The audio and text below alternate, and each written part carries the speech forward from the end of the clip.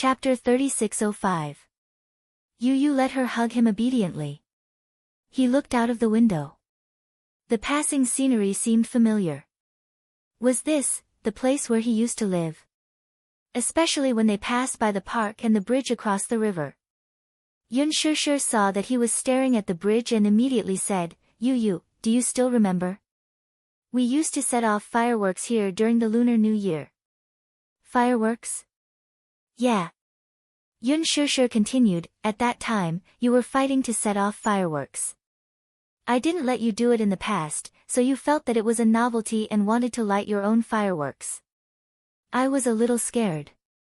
Yu Yu stared at the bridge curiously. Through the window, he could see many people standing under the bridge, sitting on long benches or flying kites. The kites were luminous and many of them were bobbing in the wind. He couldn't help but be entranced by the sight. Muyaja steered the kite as he looked at Yu Yu through the rearview mirror. His heart was filled with emotions. Yu Yu had disappeared for a year and everyone was thinking about him. Although no one gave up easily, as time passed, the hope in their hearts gradually disappeared without a trace. However, no one dared to give up. Because if they gave up, it would mean that in their hearts, Yu Yu was really dead. At that time, the search became their motivation to persevere. When Yu Yu really came back, Muyaja didn't show it on his face, but in fact, he was ecstatic. His son was still alive. He had come back alive. However, as a father, he had to maintain his composure. Hence, he didn't show it on his face. However, his care and patience for Yu Yu was no less than Yun Shishir's. Even if Yu Yu didn't acknowledge him and didn't remember him, it didn't matter. Yu Yu would always be Muyaja's son. This was a fact that even the heavens couldn't change. Many people gathered in Manha Square. The weather was perfect for the open-air music festival. There was no rain. Everyone gathered in the square. At a glance, the square was filled with people. Among the crowd, there were people constantly waving their light sticks, forming a sea of stars. There were too many people, probably in the tens of thousands. With so many people, it was too dangerous. If there was any commotion, a stampede could easily occur. Yun Shishir was a little worried. She had always had a lot of concerns. After all, women were more meticulous. Moreover, there were many reports on the news that said that in crowded places, if it wasn't a stampede, it was a crush, or it was a fall and bruise. With so many people around, it was inevitable. Therefore, she hugged Yu Yu even tighter. Why are there so many people? Yun Shishir muttered and looked around. They had arrived relatively early, but because they arrived early, the crowd had blocked the only exit. For a moment, they could not advance or retreat. People kept pushing and shoving, trying to get to the front, the closest place to the stage. There were too many people. If she had known that there would be so many people, Yun Shishir wouldn't have come. However, since she was already here, she might as well make the best of it. Yun Shishir hugged Yu Yu. Even so, it was still difficult for Yu Yu to see the stage. However, he wasn't interested. He didn't like places with too many people, and he didn't like places that were too noisy. It was irritating. It was tiring. Chapter 3606. Yun Shishir, however, said, no, it's too dangerous. There are so many people squeezing around. If you accidentally fall, you might hit your head. Muyaja felt that it made sense. Hence, he took Yu Yu from Yun Shishir's arms, worried that she would be too tired to carry him. Yu Yu was initially a little resistant in his arms and struggled a little. Muyaja said to him, you're so heavy. Mommy's arms will get tired if I carry you all the time. Let Daddy carry you for a while, okay? When Yu Yu heard this, he didn't show any signs of resistance. He just turned his face away and refused to look at him. Obviously, he didn't appreciate it. However, he didn't refuse or resist again. Muyaja was already satisfied. On the stage, the band went on stage one after another to perform the songs. The atmosphere was instantly ignited. Everyone waved the light sticks in their hands and immersed themselves in the moving music. Yu Yu was tone-deaf and wasn't particularly interested in music. However, when the third song started playing, it was an English song that strangely captured his attention. Iman harakani badasi mayam here. Can anyone see mekanani body help? Can anyone help me? Iman hiri a prisoner of history. I am here, a sinner of history, Kantio heremical. Can you hear me yelling? Ariyuing to Jetmano, will you take me away immediately? I've been waiting for you to rescue me. You must come and save me. Iman hirin calling out Budiokanther, I am here. I'm shouting loudly, but no one can hear me. Can anybody help? Can anyone help me? I'm hysterical until I break down. I'm lost in the cage. Tell me there's still hope. Is there anyone outside listening? This was an English song. The meaning of the lyrics was about a lost person, trapped in the sad memories of the past, waiting to be redeemed and saved. However, this song actually made Yu Yu feel an indescribable sadness in his heart. He gently closed his eyes. In the darkness, he could vaguely see a cage in the darkness where there was no light. A child who looked exactly like him was holding on to the cage tightly and shouting something. But he couldn't hear anything. He couldn't hear anything at all. In his ears, there was only the sound of music and the noise of people buzzing. The youth in the cage seemed to have seen him. He shook the iron bars and shouted crazily, "Let me out of here." Yu Yu furrowed his brows and was a little puzzled. Who are you? Let me out. I don't want to be here. The youth gripped the iron bars tightly and looked desperate. I don't want to be here alone, don't lock me up here alone. Between the iron bars, the youth's delicate face was pale. Mommy, Daddy, can you hear me? Mommy. Yu Yu, Yu Yu. A series of urgent calls finally woke him up. When he woke up again, he was in Muyaja's arms. He seemed to have fainted. Muyaja and Yunshishir were scared out of their wits. They kept patting his face until he finally woke up. However, when he opened his eyes, a line of tears suddenly fell from the corner of his eyes. Yunshishir was shocked to see his tears. Just as she was about to caress his face, she saw a helpless look on the child's face. Mommy, Mommy, he called her anxiously and frowned slightly. Chapter 3607. Yunshishir was so excited and happy that he had taken the initiative to call her. For a moment, she was caught off guard. Just as she was about to hug him, the child in her arms suddenly pounced on her and hugged her tightly. His little hands hugged her tighter and tighter. Mommy. Mommy. You missed you so much. Muyaja was also stunned. Yunshishir was also stunned. That familiar voice was enough to make her heart burn. Yunshishir hugged him even tighter in surprise. Yu, you're back. Is that you? Yu. Gong Jia had told her about Yu's situation. Yu had dual personalities. One was the son of light, and the other was the son of darkness. One side was pure and innocent, while the other side was evil and cruel. Gong Jia said that Yu's memory had been sealed, but his first personality had been killed by his second personality. Perhaps his memory could be recovered, but the innocent and kind Yu of the past might not be able to come back. When Yunshishir first heard about this, she was shocked and flustered. She didn't know anything about dual personalities, nor did she know anything about the dark side. Her Yu was so pure and innocent. How could he be so cruel and cruel? But after that, she kept reading up on all kinds of information about dissociative identity disorder and dual personalities. There had always been many conflicts in the field of dissociative identity disorder. After all, the research in this field wasn't very deep. There weren't many patients with dissociative identity disorder in the world. However, some said that the first personality wouldn't be taken over by the other personalities. Some said that not only would the first personality be killed and taken over, but once another personality took over the body, the person would never be able to come back. Yunshishir was also mentally prepared that Yu of the past would never be able to come back.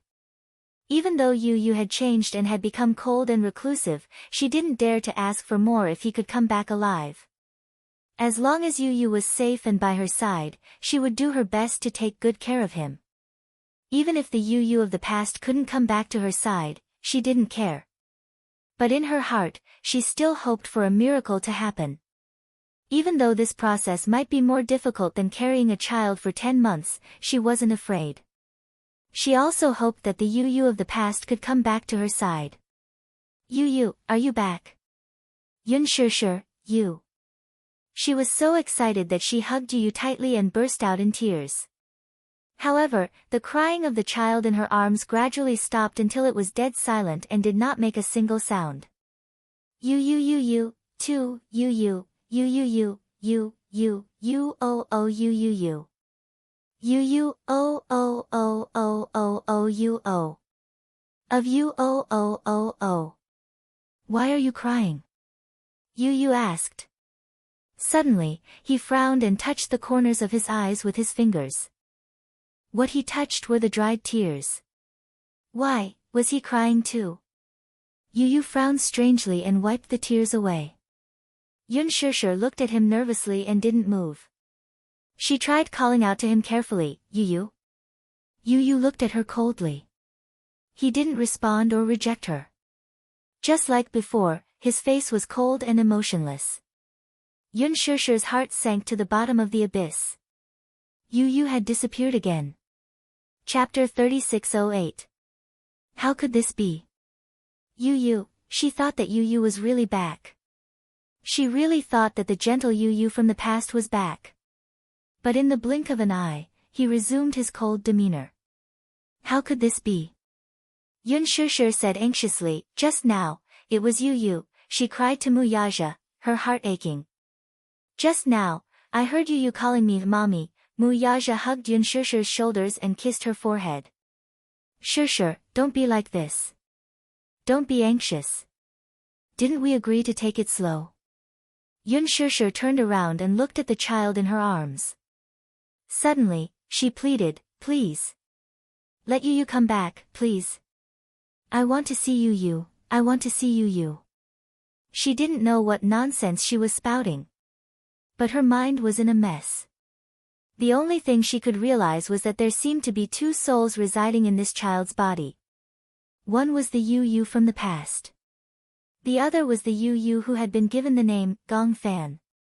She missed Yu Yu. She wanted to see that Yu Yu again and hear him call her, mommy. She wanted that Yu Yu to come back.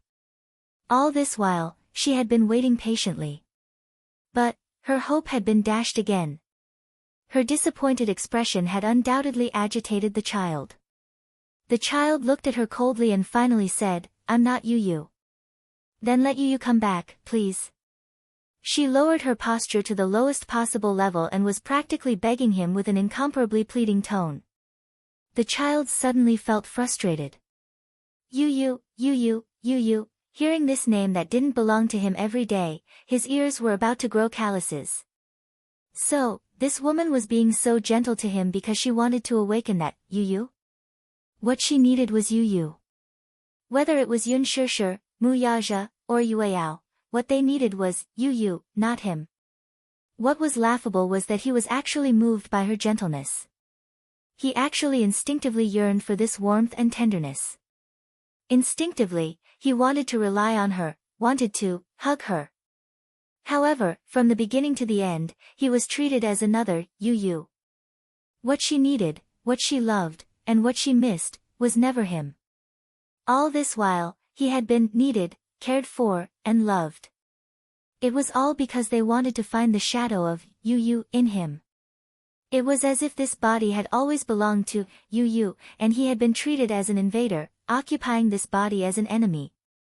He had never been needed. Or even rejected by them. Was he hated? Or rejected?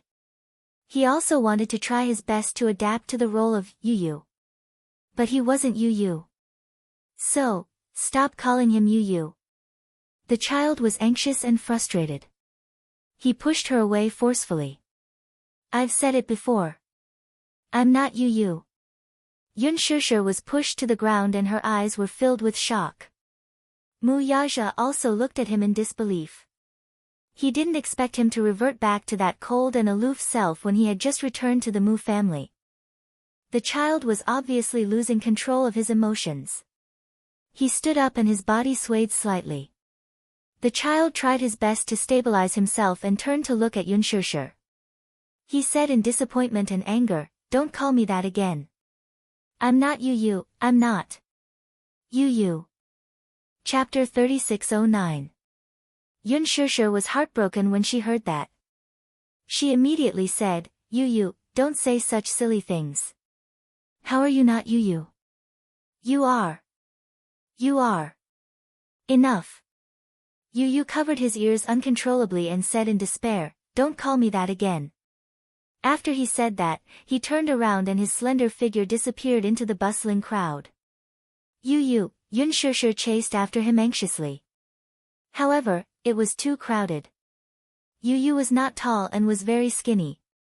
He managed to squeeze through the crowd. However, she was blocked by the crowd. What should we do? Mu Yaja held her hand and comforted her. Don't worry. He held her hand and followed the direction in which Yu had left. They pushed through the crowd and chased after him. Yu, the voices were still ringing in his ears. Yu closed his eyes tightly. His fragile body seemed to be on the verge of collapsing in the crowd. Don't call me that again, don't, he finally calmed down. However, when he looked around, he was surrounded by the crowd. On the stage, rock music was playing intensely. The crowd was also excited by the explosive rhythm. Some of them sang loudly along with the music. Some of them screamed hysterically. Yu felt a little dizzy. He felt that the noise was getting further and further away. All he could hear was the buzzing of the crowd. Excuse me. Someone rushed over and pushed through the crowd. When he saw Yu in front of him, he pushed him hard. Yu lost his balance and almost fell. There were so many people. If he fell, he would definitely be stepped on mercilessly by the crowd. Just as he was about to fall, an arm suddenly supported his center of gravity. Are you okay? A woman's gentle voice was heard. Yu frowned. He was a little surprised. Who was it? Was it her? Yunshushu? When he raised his head, he saw a woman's face that he didn't recognize.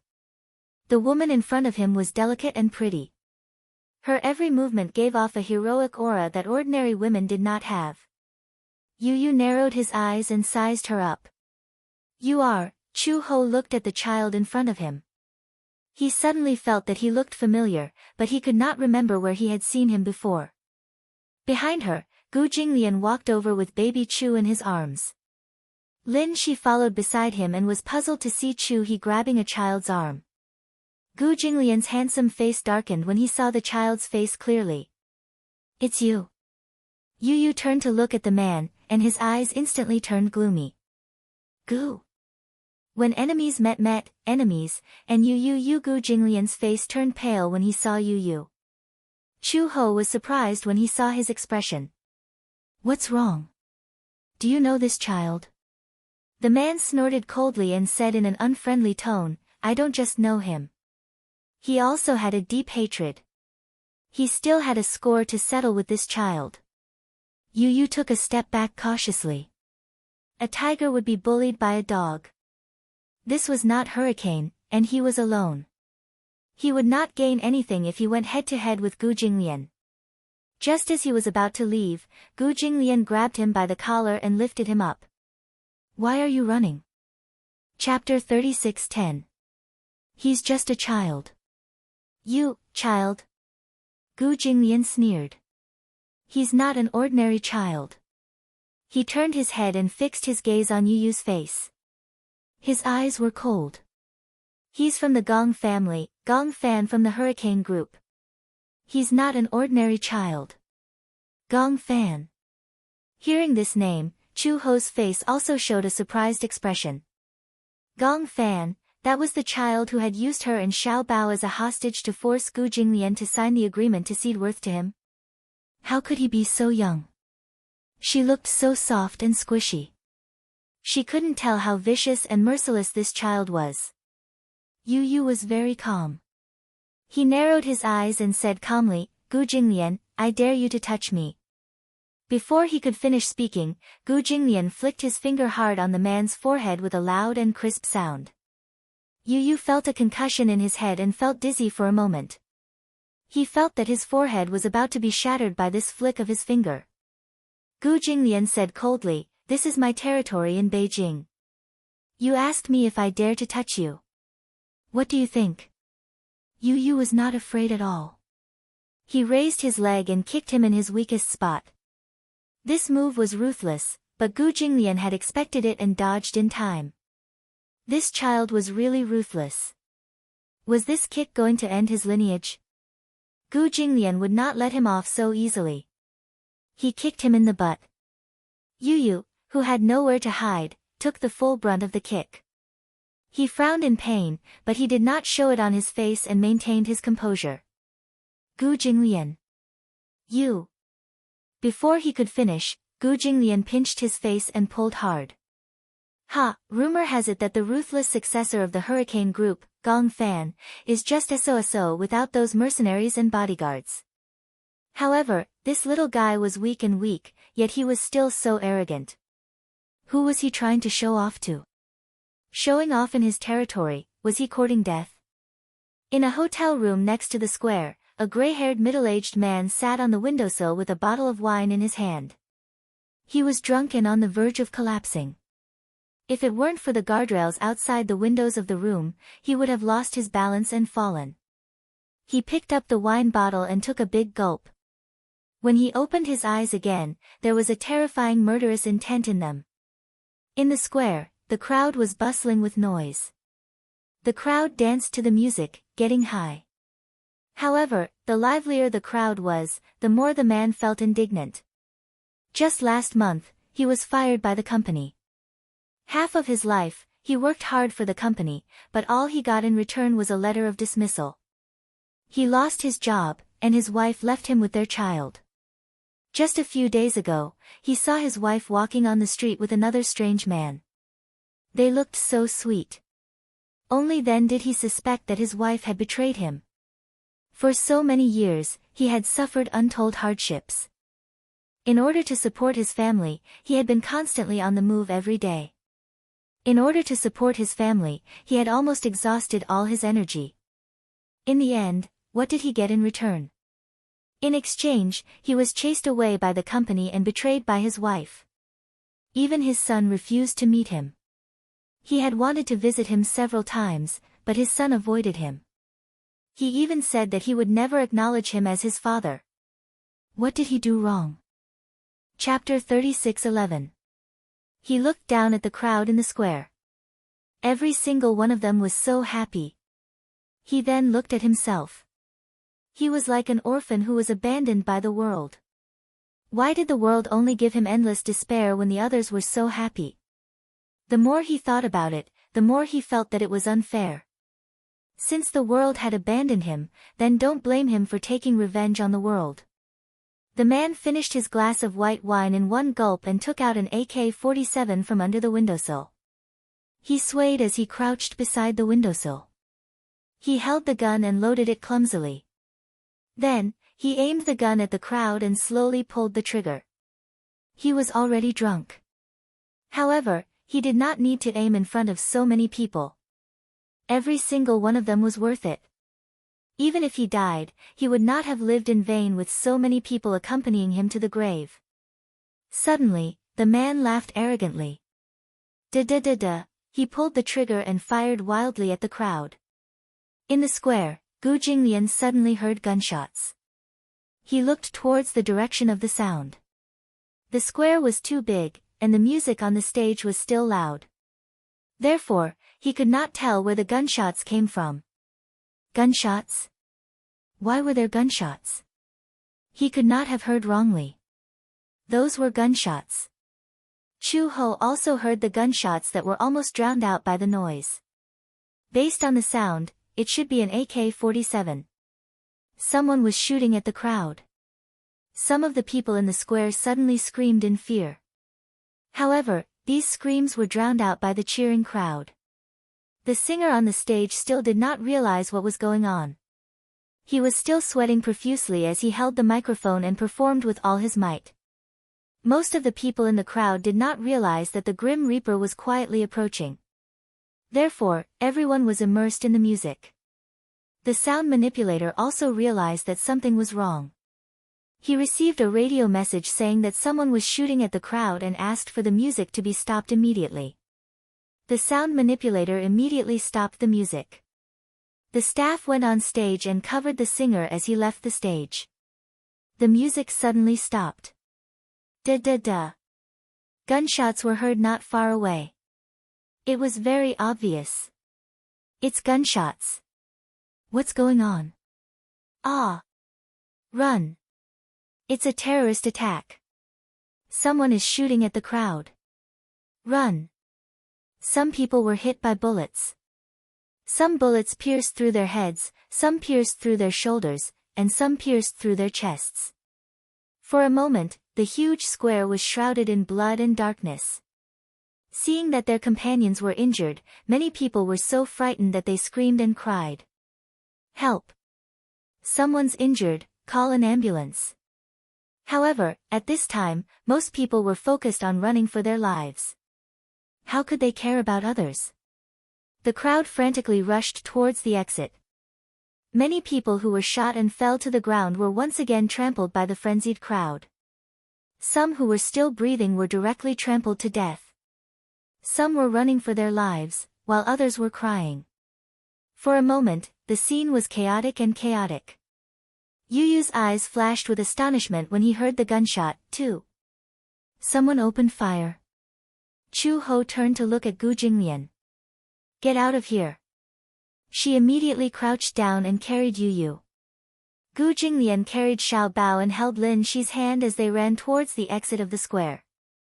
Crouch down. Gu Jinglian ordered Chu Ho. Chapter 36:12. At this moment, Yu Yu suddenly thought of Yun Shishir. She and Mu Yazhou were still at the square. No. They were in danger. Yu Yu started to struggle. Let go of me. Gu Jinglian said angrily, are you crazy? Do you want to die?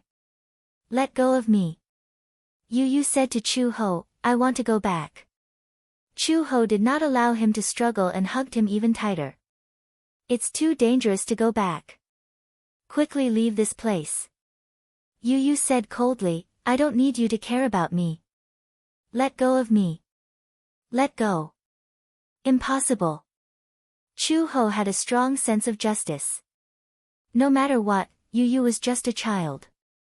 She could not leave a child in such a dangerous place. Yu Yu grabbed her collar tightly. I said, let go of me. You don't have to be responsible for my life or death. As he said that, he kicked Chu Ho hard. Chu Ho felt the pain and almost fell down. This was a rare opportunity. Yu Yu broke free from her grip and ran towards the crowd after regaining his senses. Chu Ho turned around in shock. She could not believe it. Usually, a child in this situation, like Xiao Bao, would have panicked and run away. He would be so scared that he would hide in an adult's arms and tremble in fear. Even someone as calm as Lin Shi would obediently hold Gu Jinglian's hand and go with the flow. However, this child insisted on walking into the crowd. Did he not know that the gunman was lying in ambush in some corner and was shooting randomly at the crowd? The more people there were, the more dangerous it was. There was a possibility of being shot at any time. Moreover, bullets did not have eyes. No one knew how many bullets the shooter had in his hands. In such a big square, there were so many people. Everyone was a live target. It was obvious that this was a terrorist attack. There was no premeditated plan or target. It was purely for venting and revenge. Going back would be suicide. Gu Jinglian said coldly, don't bother about him. No one could stop a person who wanted to die. When he returned to the crowd, Yu Yu scanned the crowd with his eyes. However, his height was limited. Just maintaining the center of the crowd and not being knocked down by the people running away in a panic was already exhausting. He looked around anxiously as he avoided the crowd. Just as he was about to shout, "Mom," his voice stopped abruptly. In his subjective consciousness, he was unwilling to be called this name. But now, if he didn't call them that, how would he find them and meet up with them? Where are they? Are they still in the square? No way. They must be looking for him everywhere. They must still be here. Yu couldn't care less anymore. She shouted at the top of her lungs, "Mommy! Daddy! Where are you?" He was like a small boat, desperately going against the flow of people, running towards the center of the square. "Mommy! Daddy!" He turned around and searched every face. Suddenly, he saw a familiar figure. He rushed forward and grabbed the hem of that person's shirt. "Mommy!" The woman turned around, but her face was covered in blood. She pushed his hand away almost instantly and ran towards the exit, following the flow of people. It wasn't her. Then where could she be? Yu was even more flustered. He continued to go against the flow of people. "Mommy! Mommy!" Gradually, his voice sounded like he was about to cry. He looked around helplessly. The lights on the stage were off. The square was plunged into a deathly silence. Chapter 36:13. "Mommy," Yu kept searching in the crowd. He did not dare to look in one direction as he was afraid that he would miss something. However, just as he was looking deeper into the crowd, he heard gunshots. Not far away, the gunmen were still hiding in the dark and kept shooting at the crowd. Swoosh! Yu felt the bullet graze his hair. In the next second, an endless amount of hot blood suddenly splashed onto his face. The bullet mercilessly pierced the neck of a woman beside him. The woman fell to the ground. Yu was standing beside her. His warm body pressed her under him. Yu was shocked. He felt the world spinning around him. He could only feel a heavy body pressing on top of him. He tried to push her away, but the woman's body gradually turned cold. When he pushed her, her head flipped over, revealing a pair of empty and withered eyes. Because it was too sudden, she was hit all of a sudden. She even maintained a panicked expression on her face as she fled. There was no sign of life. Her face was as white as a sheet of paper. Her dark eyes were like an endless abyss that could swallow him up at any time. There was a bloody hole on her neck. The bullet had penetrated her neck and there was an explosive wound. The hot blood kept flowing on his body. It was sticky, warm, and smelled fishy. Yu was so scared that he could not speak. It was not that he had never seen a dead person, but he had never been so close to a corpse. He could even see from the woman's eyes how helpless, hesitant, perplexed, and uneasy she was before she died. Yu struggled for a while, but due to the difference in strength, he could not push the corpse away. He was gradually out of breath. "Mommy," he was extremely anxious. He was worried that Yun Shishir and Mu Yaja would meet with mishap during this time. He did not know how long the shooting would last. He also did not know how many bullets the killer hiding in the dark had. He only knew that the crowd in the square retreated like locusts and stepped on his hand from time to time. Yu curled up into a ball and used all his strength to push the corpse away. He stood up shakily. Yu suddenly could not hear anything in the midst of such a chaotic crowd. It was as if the line of death was stretched out in his ears. Beep, beep, he turned around and looked around again. He looked at every face that was filled with fear and uneasiness. From time to time, someone would fall and never stand up again. It was like purgatory on earth. He did not know why, but there was an inexplicable sense of guilt in his heart. She was dead, she was killed by a gunshot. Yu lowered his head to look at his hands. Clenching them tightly, he dashed into the crowd again. "Mommy!" Yu. Amidst the clamor, he suddenly heard a familiar voice. It was hysterical and almost cracked. It was her. It was Yun Shishir. Yu Yu was agitated. He could no longer care about his demeanor.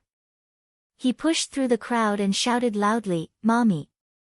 Where are you?" His voice was drowned out again.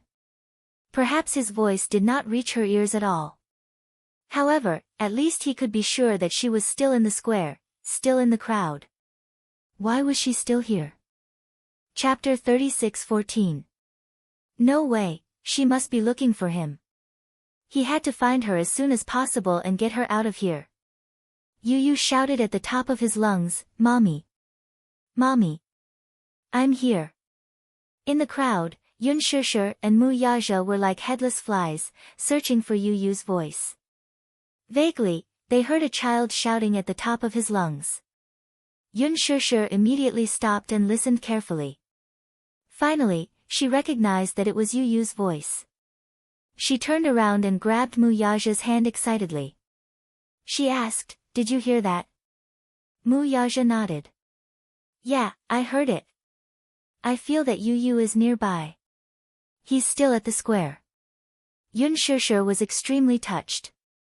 "He's looking for us too." Mu Yaja tried to identify the voice again and pointed in a direction. "The voice is coming from there. Hurry. We have to find him quickly. It's too dangerous." "Okay."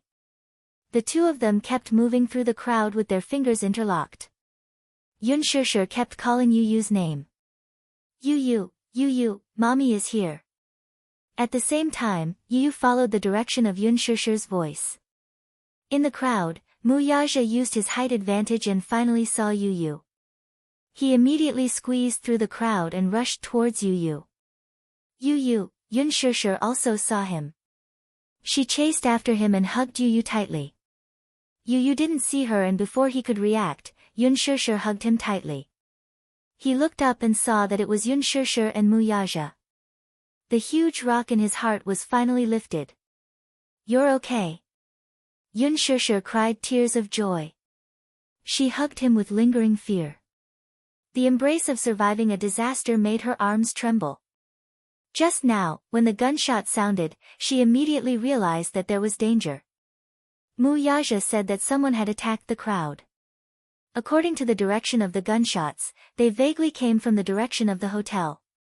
He guessed that someone was probably hiding in the hotel room, shooting at the crowd with a machine gun or an AK-47. Yun Shishir and Mu Yaja were worried that something might have happened to Yu Yu, so they kept looking in the direction where Yu Yu had run.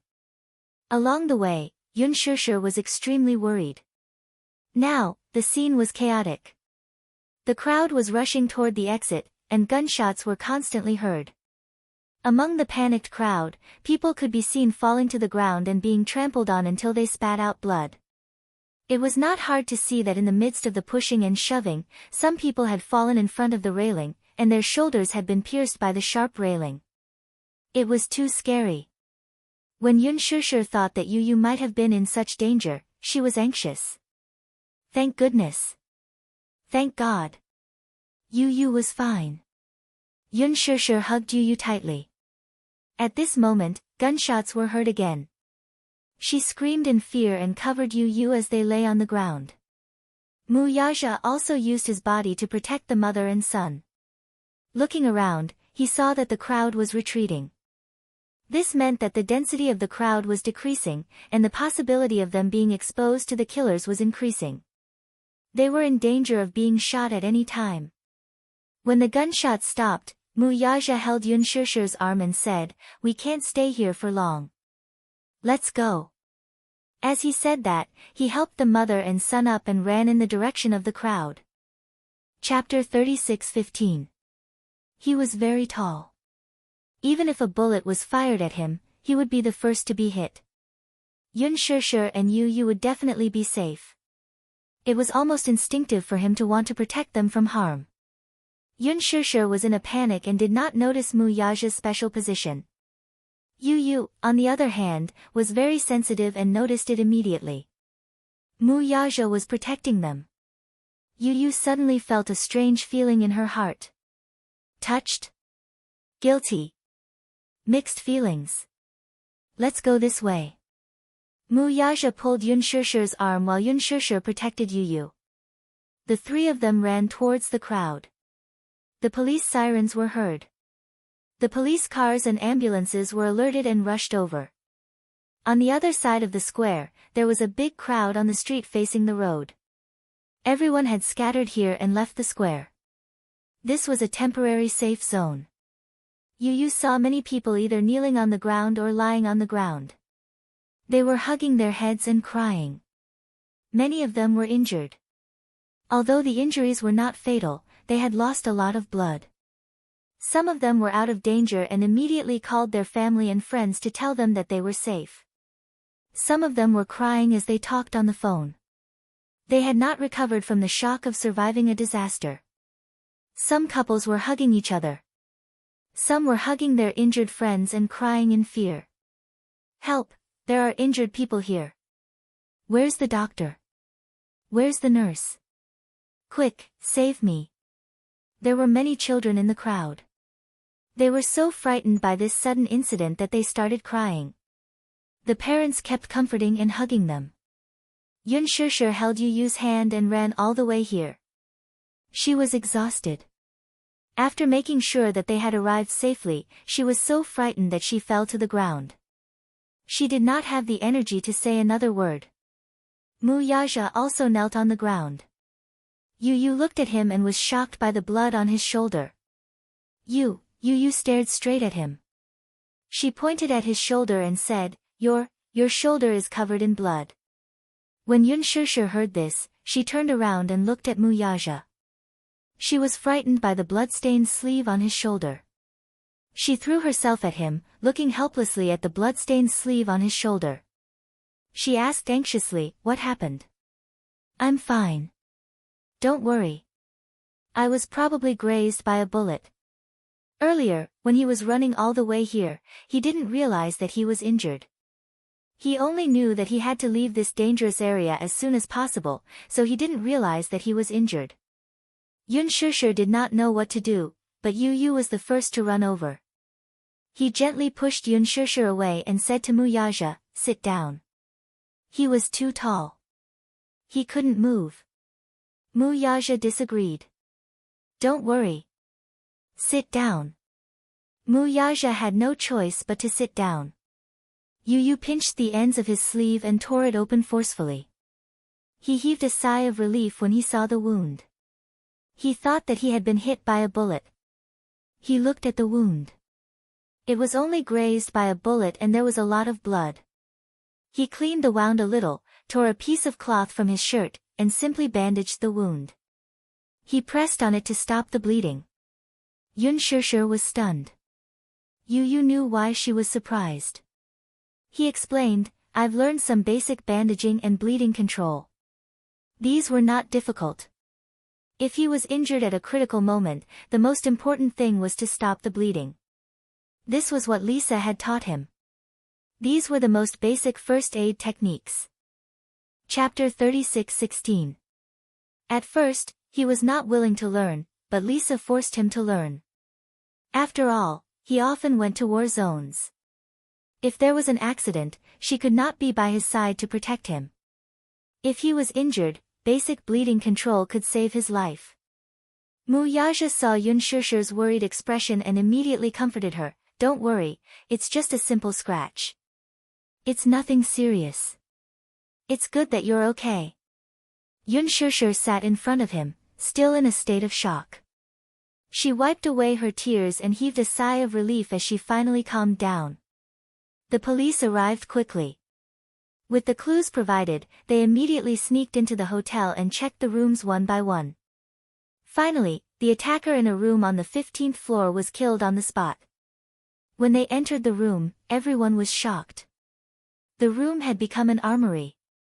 There were AK-47s, machine guns, pistols, and even grenades that were not thrown out in time.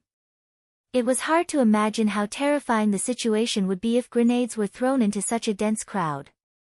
At that time, the number of casualties would probably increase by several times.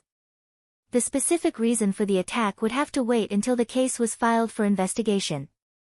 However, This was probably the most violent social terrorist incident in a long time. In the huge square, there were countless casualties. Preliminary estimates put the number of casualties in the hundreds.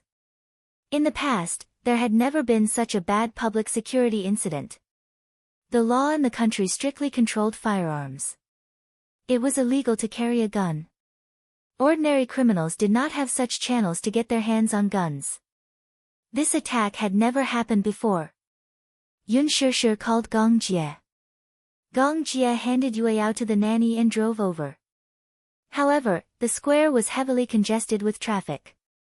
All the vehicles had to make way for the police cars and ambulances. There were more than 10 ambulances that were constantly transporting the injured. Cries, sobs, and screams were still incessant. Yun Shishir looked at the square through the railing. From afar, she could see that the ground was in a mess.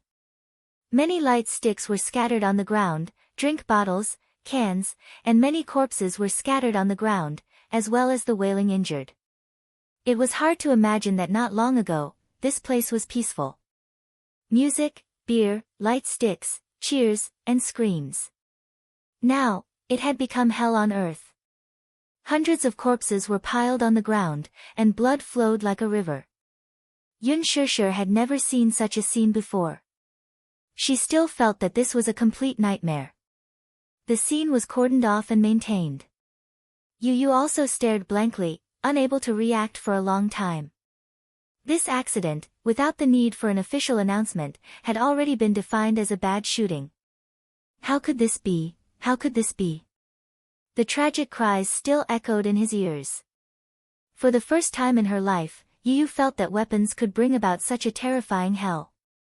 They were considered lucky. If they weren't lucky enough, it would be him, or mommy, or Mu Yaja. Perhaps it was one of the corpses in the square. For the first time in his life, he hated guns. This was something that could only bring death. In her mind, she suddenly recalled the words he had said in the past. I want all the wars in this world to end because of me, and to be born because of me. But, what was before them was war. However, after experiencing death for themselves, perhaps only then did they realize how terrifying death and war were. Chapter 36:17. Gong Jie finally arrived at the scene. When Yun Shishir saw him, she walked over and said to Gong Jie, Shao Jie, your brother-in-law is injured. Hurry up and send him to the hospital. What's going on? Gong Jie did not know what had happened. When he arrived, he saw Yu standing alone at the side, looking at the cordoned-off square. Her back view looked lonely and bleak. Yun Shishir was guarding Mu Yaja. Not long ago, someone was shooting at the square with a gun. There were many casualties. Gong Jie questioned, where's the ambulance? I saw many ambulances coming here. Yun Shishir shook her head and said, there are too many injured people. Those who are seriously injured take priority. Mu Yaja was only grazed, so the ambulance only bandaged him. Yun Shishir was extremely anxious. Even though Mu Yaja kept comforting her, saying that it was just a small injury and that it was not a big deal. But she was very anxious. Gong Jie checked Mu Yaja's injury. It was indeed a small injury. Once the bleeding stopped, it would not be a big deal. A graze from a bullet would not leave any scars. He also said, Shishir, don't worry too much. I've taken a look. It's really a small injury.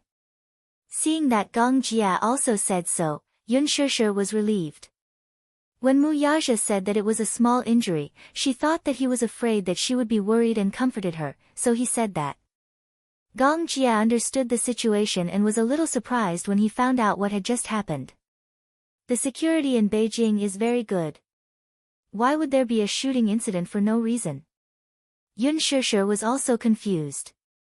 Yu suddenly turned around and said coldly, it's probably to take revenge on society. When Gong Jie heard this, he did not say much. He only said, get in the car. Even if it's just a minor injury, it still needs to be treated as soon as possible. Mu Yaja nodded and stood up. He said to Gong Jie, don't go to the big hospital in the city center. There are a lot of injured people there. With this wound, any hospital will do. All right. The three of them got into the car, and Gong Jie drove them to a relatively remote area. They randomly found a medium-sized hospital. The way in was very congested, but the way out was much wider. The ambulance prioritized sending the injured to the nearest hospital. Therefore, the few big hospitals near the city center were all overcrowded. In comparison, although this hospital was a little out of the way, it was fortunate that there were not many people. Soon, the queue was filled. While Mu Yaja was treating his wounds, Yu bumped into Gu Jinglian again in the corridor. Who would have thought that the two of them would be so fated to be admitted to the same hospital? Gu Jinglian was not injured. The one who was injured was Lin Shi. When he was leaving with the crowd, he got a small cut on his arm by a fallen railing. He needed a few stitches. When the two of them met again, Gu Jinglian did not expect that Yu would be safe and sound. When he saw Yu running against the crowd to the center of the square, he thought that he must have been killed. Even if he could dodge the bullets, he would not be able to dodge the crowd. He was afraid that he would suddenly fall and be trampled by the crowd. There were so many injured people. Some of them were shot by the bullets, while most of them were trampled by the crowd when they fell. Some of them were not injured, but many of them were trampled to death when they fell in the crowd. When Gu Jinglian saw Yun Shishir sitting behind Yu, he immediately understood why he was in such a hurry to come back. He was looking for someone. Chapter 36:18. He did not expect the cold and heartless child to have such a soft side. Gu Jinglian was a little surprised. When Yu saw Gu Jinglian, he lowered his head and did not say anything. Gu Jinglian crossed his arms. Why, don't you recognize me? When Yun Shishir heard the voice, she looked up and saw Gu Jinglian. Her eyes widened in surprise. She recognized him. Gu Jinglian, the head of the Gu family in Beijing. He was also Gu Xing's elder brother. Why was he here? Yu suddenly stood up and walked in front of him. He said coldly, if there's anything, don't talk about it here. With that said, he tugged at his sleeve and led him to a corner. When he turned around, Yu's gaze was filled with hostility. Gu Jinglian, what exactly is it that you're haunting me like a ghost? Gu Jinglian crossed his arms in front of his chest calmly. What do I have to do with you, Gong Fan? We haven't settled the score between us yet. What score? The matter in North Africa is not something that can be forgotten so easily. Gu Jinglian said expressionlessly, Werther is the core of the Gu family in North Africa. You used those despicable methods to take it away from me. How are we going to settle this score? Despicable? Yu did not think much of it. He said faintly, Gu Jinglian, don't make yourself sound so noble. I don't need to mention how you got that piece of land in Werther, right?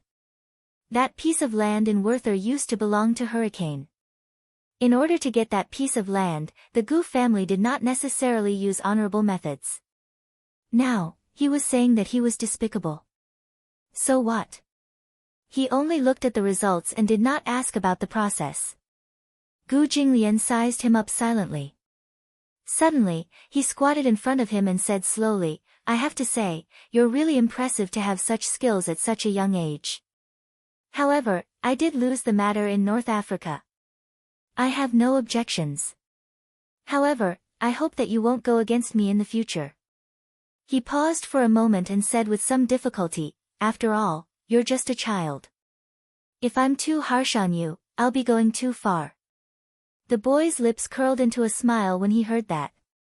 I also hope that you won't go against me. Otherwise, I will also feel very embarrassed to have you suffer so much. The two of them had similar auras, so it was difficult to determine who was superior. Gu Jinglian's thin lips twitched slightly. The capital city had always been a place of strife, and there had never been a lack of open and veiled struggles.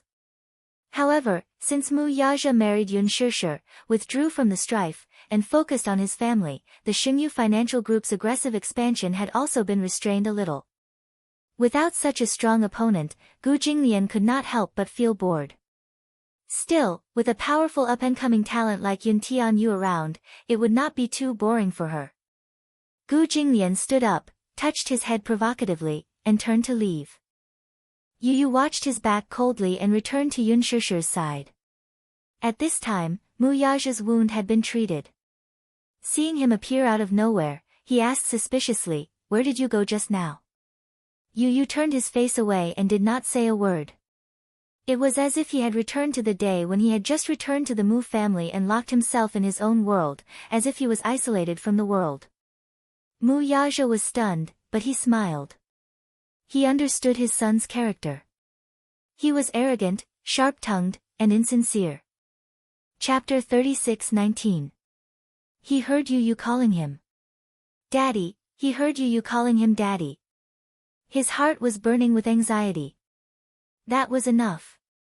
At least it proved that his Yu Yu had never left.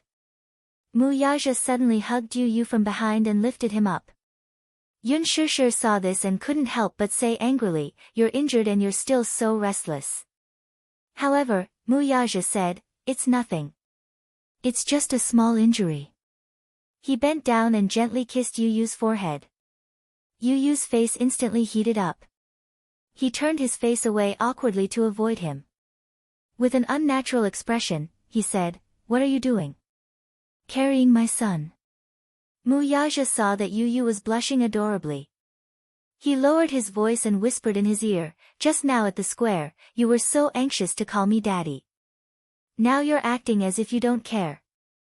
You're still the same as before, saying one thing and meaning another." Yu Yu looked even more uncomfortable. He struggled and said, "Let go of me." As he struggled slightly, Mu Yaja's face showed a hint of pain.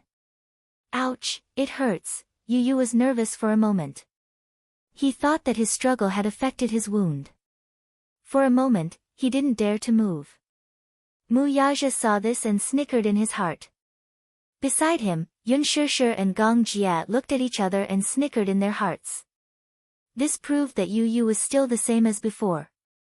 Although he was awkward, he still knew how to care for others. On the island, the sea breeze danced. Mu Yichen suddenly woke up from his nightmare. Outside the window, the sun was already shining brightly. It was a dream. He held his forehead with a headache. When he woke up just now, he had completely forgotten the contents of his dream. He only knew that in his dream, he seemed to be very sad and upset. He seemed to have dreamt of Yu Yu. Yu Yu, half a month had passed since she swapped identities with Yu Yu. However, he was still not used to everything on the island. Boredom, loneliness, solitude, desolation. Sometimes, when Lisa was around, there was a companion. Although Lisa wasn't good with words and didn't like to talk, she didn't dare to start a conversation with Xiao Yichen. She always acted indifferent. However, regardless of whether she liked to talk or not, at least she had someone to keep her company. When Lisa was not around, Xiao Yichen had developed the ability to communicate with objects. Sometimes, he would talk to himself while walking. Ask and answer questions to yourself. If he didn't do that, he wouldn't know how to prove that he was still alive. Apart from breathing, thinking, and talking, Xiao Yichen felt like he was about to go crazy from boredom on this island. Lisa secretly gave him a tablet. With the tablet, when Xiao Yichen was bored, he would play games on the tablet to pass the time. He downloaded a pet training game called Pet Manor. In the game, he could adopt pets, build a pet manor, raise pets, and even talk to them. After training, the pets could even understand his commands and respond accordingly. He had a French bulldog named Yu Yu and a ragdoll cat named Lisa. One day, Xiao Yichen held the tablet and talked to Yu Yu. "Lie down." On the screen, the cream-colored French bulldog lay down obediently. It stuck out its tongue and tilted its head to look at him. Xiao Yichen rubbed its round head and barked again, "Yu Yu." The bulldog barked in joy. Woof. Chapter 36:20. The bulldog barked in joy. Woof. What's 1 + 1? The bulldog hesitated for a few seconds and barked a few times. Xiao Yichen continued, What's 3 plus 9 to 4 plus 15 to 80 plus 2? The bulldog was stunned and looked at him in confusion. Xiao Yichen was amused and laughed out loud. Look, you don't even know how to add and subtract such simple numbers. You always say that I'm an idiot, but I think you're the idiot. Idiot you. The bulldog understood the word idiot and lay on the ground weakly, revealing an innocent and pitiful expression. The ragdoll cat, Lisa, walked past Yu gracefully and curled up into a ball in the cat bed. Xiao Yichen said again, Lisa, come here. The ragdoll cat licked her paws and turned her head lazily to look at him. However, she seemed indifferent and ignored him. Xiao Yichen said unhappily, Lisa, come here. Be good and listen to me. Only then did the ragdoll walk gracefully to the screen and sit beside Yu with a noble and inviolable look on her face. Xiao Yichen said, lie down. Meow, Lisa meowed lazily but did not move. In this game, cats were the hardest to tame. Cats were arrogant, cold, clingy, indifferent, affectionate, and distant. They were especially hard to tame. So far, Xiao Yichen had only learned one trick. Scratch him. Upon hearing this, Lisa turned around and swiped her claws at Yu. She was shockingly fierce. Ha ha ha. Xiao Yichen was amused by this scene and laughed until he was rocking back and forth. When he looked up, he saw the real Lisa's cold face. Xiao Yichen was scared out of his wits. He froze and did not dare to move. Lisa put the tablet on the table and asked in a neutral tone, is it fun? It's okay. He scratched his face. Yeah, it's just to pass the time. Is this game very fun? Xiao Yichen said awkwardly, it's okay, I guess. Lisa glanced at him expressionlessly and her gaze fell on the screen. That noble ragdoll cat. At least he knew what was good for him. She was set to be a ragdoll cat. If she was set to be a dog, she would scratch him. Xiao Yichen complained, it's so boring to be alone in the castle. There's no one to play with me. Are you still a 3-year-old child? Do you still need someone to play with you? Although I'm not a 3-year-old, I'm still a kid. Xiao Yichen tugged at Lisa's sleeve and begged, Lisa, play with me, okay? Let's go pick up seashells and make wind chimes. Gong Xiaoying will be here tomorrow. Lisa suddenly said. Xiao Yichen's expression froze. He stared at Lisa in astonishment and said suspiciously, didn't you say that Gong Xiaoying usually doesn't come here? That's under normal circumstances.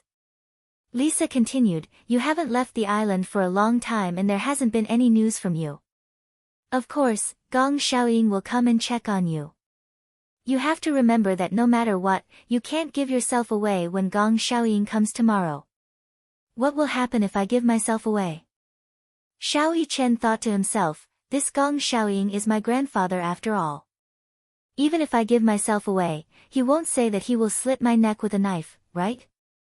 Lisa said, if my identity is exposed, I will die. Xiao Yichen was speechless. Chapter 36-21. Xiao Yichen was shocked. Would Lisa be in trouble if his identity was exposed? Gong Xiaoying was so cruel. It seemed like his grandfather was not cute at all. Xiao Yichen felt wronged and said, I'm innocent. I don't care. Lisa grabbed him by the collar and said coldly, so I'm warning you, if you expose yourself, I won't let you off. Then, how can I not expose myself? Xiao Yichen spread his hands and said, you and I talk like each other, how can he recognize us? It's fine if you don't talk, but once you do, you expose your IQ. After a pause, Lisa continued, how can a leader who founded the Hurricane Group be so stupid? Besides, do you think he doesn't know that your mommy gave birth to twins? Not only does he know, but he also knows the biggest difference between you and Yu. Yes, she admitted. Yu and Xiao Yichen really looked alike. However, this did not mean that they would not be exposed in front of a sly old fox like Gong Xiaoying. Xiao Yichen was curious and asked, what's the difference? Lisa said coldly, one is talkative, the other is quiet. He was caught off guard. Xiao Yichen felt wronged. He did not think that he was a talkative person. Why did everyone say that he was talkative? Anyway, when he comes, you should talk less, eat less, and make less facial expressions. Xiao Yichen did not understand. I can understand if you want me to talk less and make less facial expressions, but why should I eat less? Lisa said expressionlessly, Yu eats very little, he doesn't eat as much as you. Usually, he only eats a few meals, but you ate 3 big bowls at once. It would be strange if he didn't suspect anything. Xiao Yichen felt that what she said made sense. Alright, he won't be here for long anyway. Although he won't be here for long, you can't let your guard down. Understand? Xiao Yichen saluted and said lazily, yes, sir. Isn't it just eating less, talking less, and making fewer expressions? I might as well lock myself in my room. Lisa raised her chin and said, in fact, Yu has always been like this. He rarely leaves his room, so when he comes, you better stay in your room and don't go anywhere, okay? Got it. The next day, Xiao Yichen woke up early and ate 2 big bowls of rice before Gong Xiaoying arrived. However, by noon, Gong Xiaoying was still nowhere to be seen. Could it be that he wasn't coming? Xiao Yichen thought excitedly that it would be best if she didn't come. It would save him the trouble of pretending to be Yu. In the afternoon, while he was taking an afternoon nap, he vaguely heard the sound of the door closing. Then, he heard Lisa and Alice's voices. Xiao Yichen turned over and squinted his eyes. Lisa, is he here?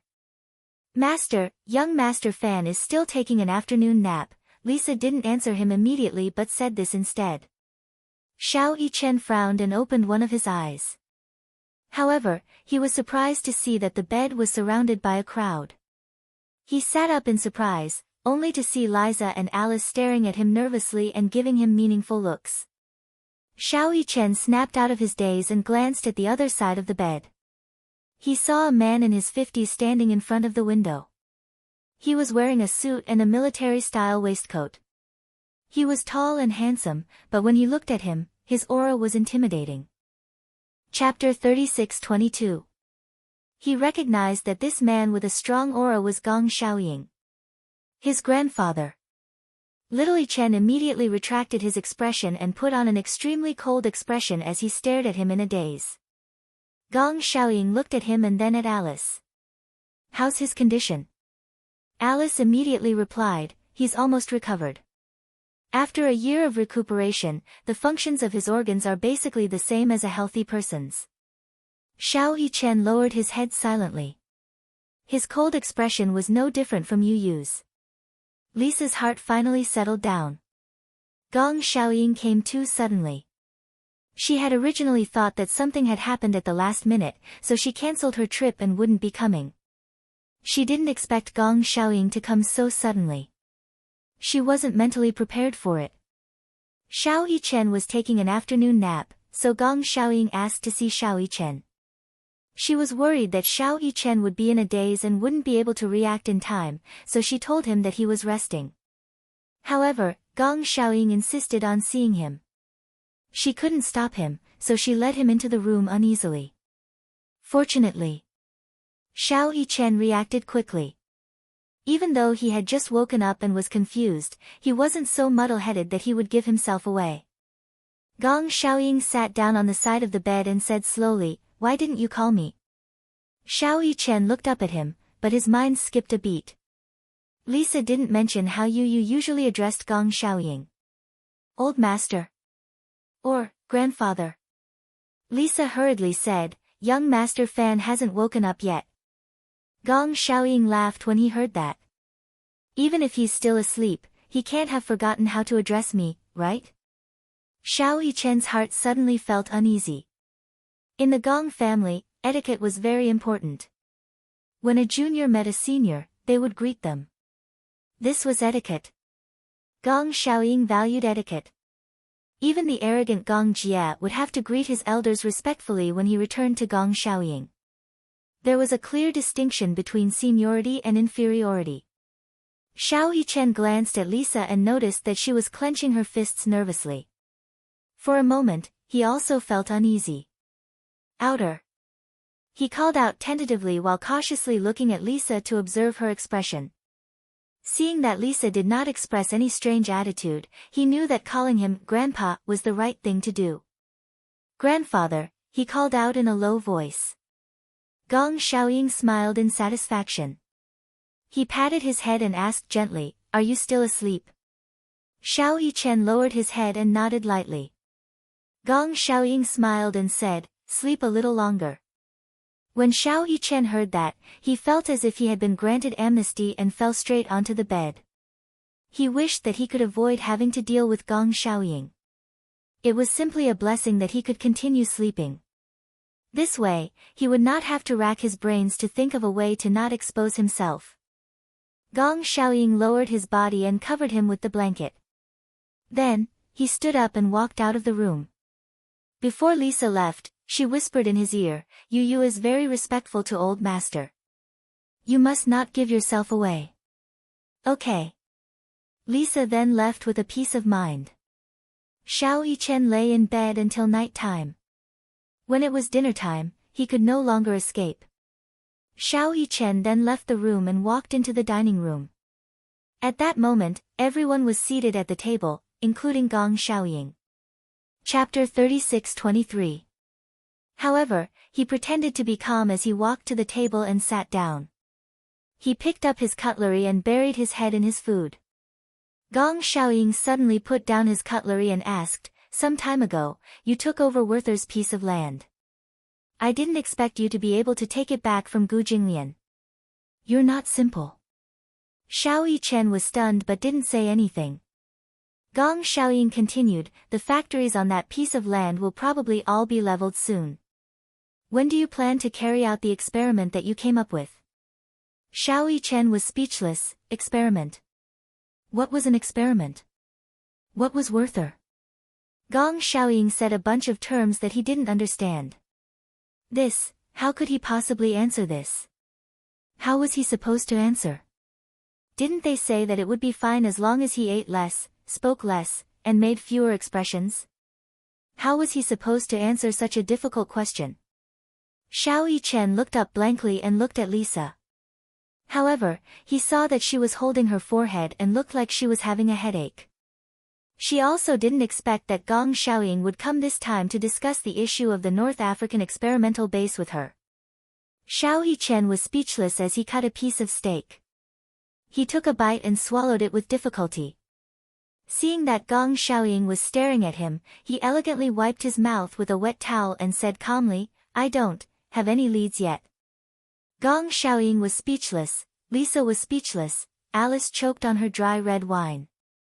Gong Xiaoying said suspiciously, "You were the one who suggested this experimental base. How can you say that you don't have any leads?" Xiao Yichen's expression didn't change, but his back kept breaking out in cold sweat. Alice was worried that the matter would be exposed and quickly poked her head with her finger.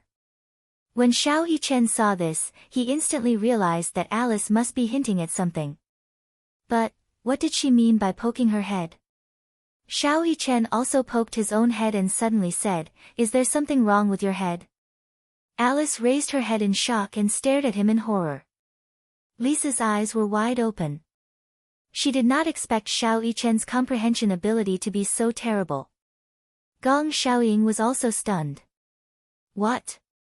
What did he mean by there was something wrong with his brain? Alice facepalmed, looking like she was having a headache. When Xiao Yichen saw this, he finally understood what she meant. He held his forehead and pretended to have a headache. Lisa immediately stood up and pretended to be worried as she walked over to his side and held his shoulder. "Young Master Fan, does your head hurt again?" "It hurts." Xiao Yichen pretended to be patient and took a deep breath. "My head hurts." Lisa immediately looked at Alice worriedly. The latter also reacted. "Is it a reaction to the drug?" Gong Xiaoying looked at them suspiciously. "Headache?" Alice explained, "Some drugs will have a backlash effect and some strong side effects. It will stimulate the central nervous system of the brain and cause headaches. She was talking nonsense with a straight face, but Gong Xiaoying actually believed her. Alice and Lisa immediately helped Xiao Yichen up the stairs. When they were halfway up the stairs, Alice could not wait to take him away. She almost carried him away. When they reached the room, Alice asked her assistant to stand guard outside the door while she and Lisa dragged Xiao Yichen into the room. Xiao Yichen turned around and said, "Didn't I tell you not to talk so much? He asked me such a complicated question. How am I supposed to answer him?" Lisa also had a headache and said, "Master is probably here because of the North African experimental base." North African experimental base? Experimental base? Chapter 36-24. Xiao Yichen suddenly felt a headache coming on. "I don't even know what the experimental base he's talking about is." Lisa explained, "Not long ago, Yu bought a piece of land in North Africa. He wanted to make use of the favorable environment there to develop an electromagnetic experimental base." Alice suddenly interrupted her.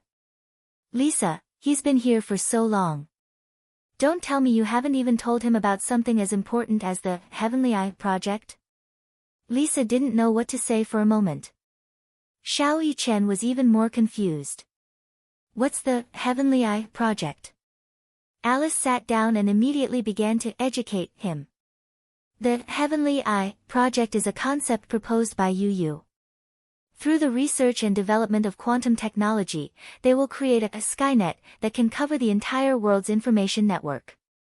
Through this Skynet, missiles can be intercepted at any time, and any missile launch can be interrupted. In other words, if the Heavenly Eye project is successfully developed, Hurricane Group will become the overlord of the world. Xiao Yichen was stunned. Alice was simple and precise. In short, if the Heavenly Eye project is successfully developed, it can create and stop all wars. Xiao Yichen finally understood. So, if this project is successfully developed, Hurricane Group will completely control the world? Lisa and Alice looked at each other with gratification. They nodded and said in unison, "You can say that." Alice, in particular, did not understand. Xiao Yichen and Yu were twins. They were both born in the same womb, but why was Yu so crazy and Xiao Yichen so stupid?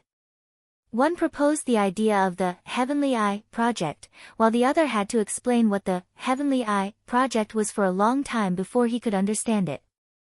She really wondered what their genetic makeup was like. Xiao Yichen said, "This question is too complicated. If he asks this again, I'll definitely give myself away."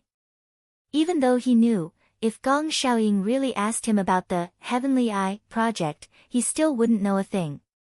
"What should we do?" Lisa and Alice sighed. "Alice, did Master say that he'll be on the island for a few days?" Alice shook her head. "That means you don't know when he'll leave." Xiao Yichen said impatiently. "Even if our identities are exposed, it doesn't matter. Yu doesn't belong to him. Why is he controlling Yu and using him to monopolize the world's rules? He's our grandfather, how can he use Yu like this? If of course, Mommy's ofs would be sad." Before this, he had always thought that Gong Xiaoying had erased Yu's memory and kept him in the Gong family because he loved Yu and missed Yun Shishir. That was why he wanted to keep him by his side. But now, it seemed that Gong Xiaoying's intentions were not that simple. Could it be that he wanted to use Yu to achieve his position as the king of Hurricane? That was too selfish. How painful was Yu? How painful was Mommy? How painful was Daddy? Could it be that the feelings of so many people were not as important as his ambition? Could it be that his hatred for the Mu family was so deep that he couldn't let go of it? Chapter 36-25. Lisa pulled him back nervously and warned, "Keep your voice down. What if old master hears you?" Xiao Yichen couldn't hide the gloom in his eyes. He stared at Lisa and said word by word, "So what if he hears you? If your identity is exposed, you will also be in trouble." "Why? Why should you and my fate be in his hands?" I admit that Hurricane Group is very powerful, but Gong Xiaoying can't be so arrogant as to cover the sky with one hand, right? Xiao Yichen said in a low voice, in any case, I won't acknowledge this grandpa, and I won't call him that again. Lisa and Alice looked at each other with gloomy expressions. Xiao Yichen, calm down.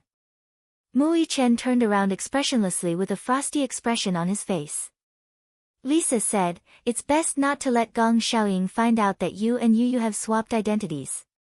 He didn't keep Yu by his side purely to make use of him. Besides dealing with Xingyu. Before she could finish speaking, Xiao Yichen suddenly interrupted her. What did you say? Lisa knew that she had spilled the beans and immediately shut her mouth tightly. Xiao Yichen's eyes were bloodshot. He grabbed Lisa's collar and asked coldly, deal with Xingyu? Tell me, what other motives does Gong Xiaoying have? He used Yu to design the Heavenly Eye plan, and he actually wants to use Yu to deal with Xingyu? Alice immediately stopped Xiao Yichen and pulled the two of them apart. Both of you, calm down. How can I calm down? Xiao Yichen said sternly, my biological grandfather is using my brother to deal with my father. How can I calm down? Alice took a deep breath and sighed. Because he always thought that it was the Mu family who took everything away from him. Therefore, he did everything he could to destroy the Mu family and Xingyu. If Yu were still in Hurricane Group, the next step of the plan would have been to focus fire on Xingyu. Mu Yichen cried out, is he crazy? What benefits does he get from doing this? If Mommy finds out, she won't forgive him at all. When the time comes, if Xingyu declares bankruptcy and the Mu family. Even if the Mu and Xingyu's mommies, I will still be by Daddy's side. He paused for a moment before continuing.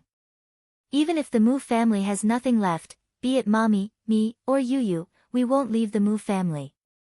We won't go anywhere. Bang! The whoosh Xingyu's the loud noise startled the three people in the room. Lisa and Alice were stunned. They turned their heads and saw a tall figure outside the open door. It was incomparably clear in their eyes. Xiao Yichen turned around expressionlessly and saw Gong Xiaoying slowly striding in. Behind him, a row of tall guards followed closely behind him like stars surrounding the moon. Gong Xiaoying walked in and glanced at Xiao Yichen with his eagle eyes. He said coldly, what a good, not going anywhere. It looks like your family of 4 is really loving. You're wrong. It's not a family of 4, it's a family of 5. Gong Xiaoying was surprised when he heard this. What? Chapter 36-26. Gong Xiaoying's pupils constricted, but he soon broke into a smile. He calmed down and sized up Xiao Yichen. His words were sharp. You are Mu Yichen. Mu Yichen did not reply to him. He only glared at him coldly, clearly regarding him as an enemy. His eyes were full of hostility. Gong Xiaoying's eyes narrowed slightly. Why is he here? Where's Gong Fan? Didn't I ask you to guard him? Right from the start, he was acutely aware of the differences between Xiao Yichen and Yu.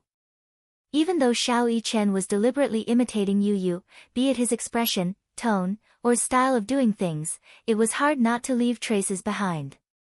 Xiao Yichen was Xiao Yichen. Yu was Yu. Both of them were unique, and no one could imitate them. Gong Xiaoying discovered the clues at one glance. At the dining table, he deliberately probed Xiao Yichen, who was caught off guard, and finally gave himself away.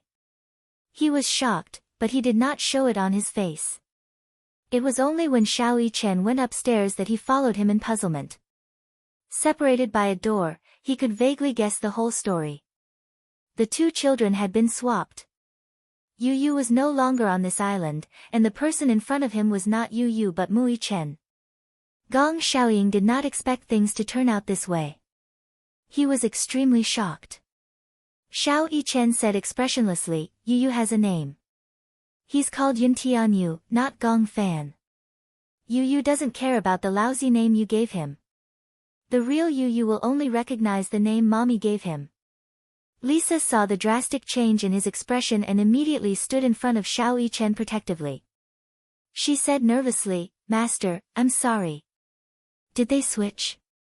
Gong Xiaoying raised his hand and ruthlessly slapped him across the face. Lisa was slapped in the face. Her body shook violently, but she did not fall down. She clenched her fists, raised her head, and said through gritted teeth, "Master, I'm sorry." But Gong Xiaoying bellowed, "No buts." Pa! It was another vicious slap to the face. Lisa finally lost her balance and fell to the ground. She covered her burning cheeks, but immediately stood up.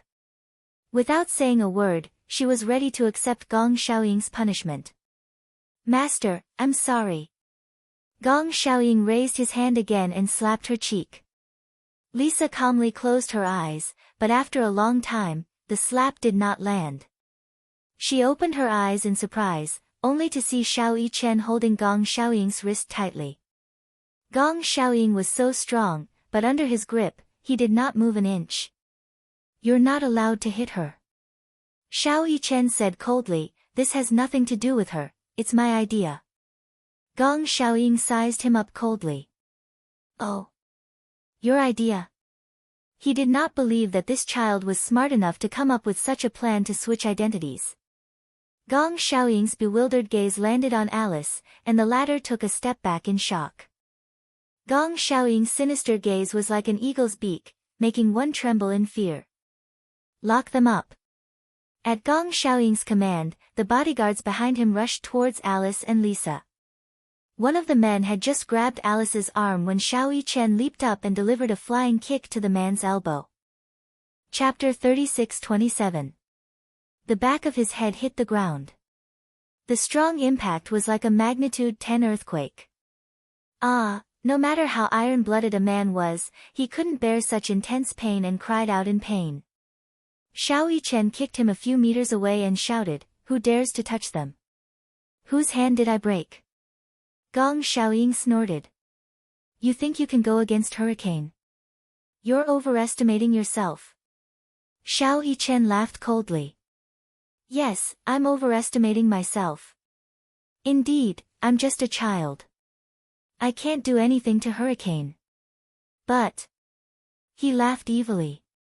"Will you kill me? In other words, unless you kill me, I won't let you touch the people I want to protect." Gong Xiaoying was stunned. He didn't expect a child to ask such a question and have such willpower. His words were a threat, a provocation, contempt, and disdain. Indeed, no matter what, he wouldn't lay his hands on his own grandson. Even if Xiao Yichen looked down on him and disdained him, the two of them were connected by blood. However, Gong Xiaoying wouldn't allow anyone to challenge his authority. "Take them down and lock them up." Just as Gong Xiaoying finished speaking, more than 10 mercenaries behind him rushed forward and surrounded Alice and Lisa. He didn't believe that Xiao Yichen could defeat so many of his men. Xiao Yichen looked coldly at Gong Xiaoying and stood in front of Lisa to protect her. Lisa immediately pushed him away forcefully. "Don't worry about me. I didn't fulfill my responsibility. This is the punishment I deserve. I'll take responsibility for my own actions. I was the one who swapped you. Even if I was wrong, it's my fault. It has nothing to do with you." "You?" Lisa stared at him in disbelief. She lowered her voice and questioned him. "Xiao Yichen, what are you thinking? Do you really want to make him your enemy?" Xiao Yichen said expressionlessly, "From the moment he used you, he was already my enemy. I don't want to acknowledge him as my grandfather anymore. No matter what, he can forget about using you to destroy the Mu family. Lisa, you have to remember that he's not your master. Yu is. Have you forgotten? Your Gong Jia is Yu's personal bodyguard. Only Yu has the right to decide your life and death. No one else." When Lisa heard this, she didn't know why, but her heart suddenly trembled.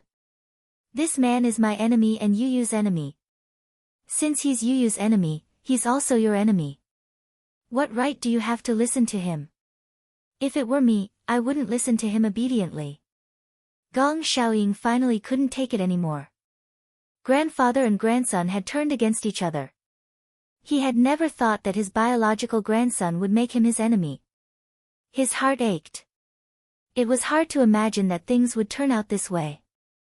Instantly, he flew into a rage out of humiliation and said bitterly, "Take him down too. Lock him up." The mercenaries pounced on Xiao Yichen. Before he could react, Lisa, who was behind him, pushed him away. She reached out and gripped the man's hand tightly. With a sudden twist, she broke the man's elbow. The mercenaries surrounded them from all directions.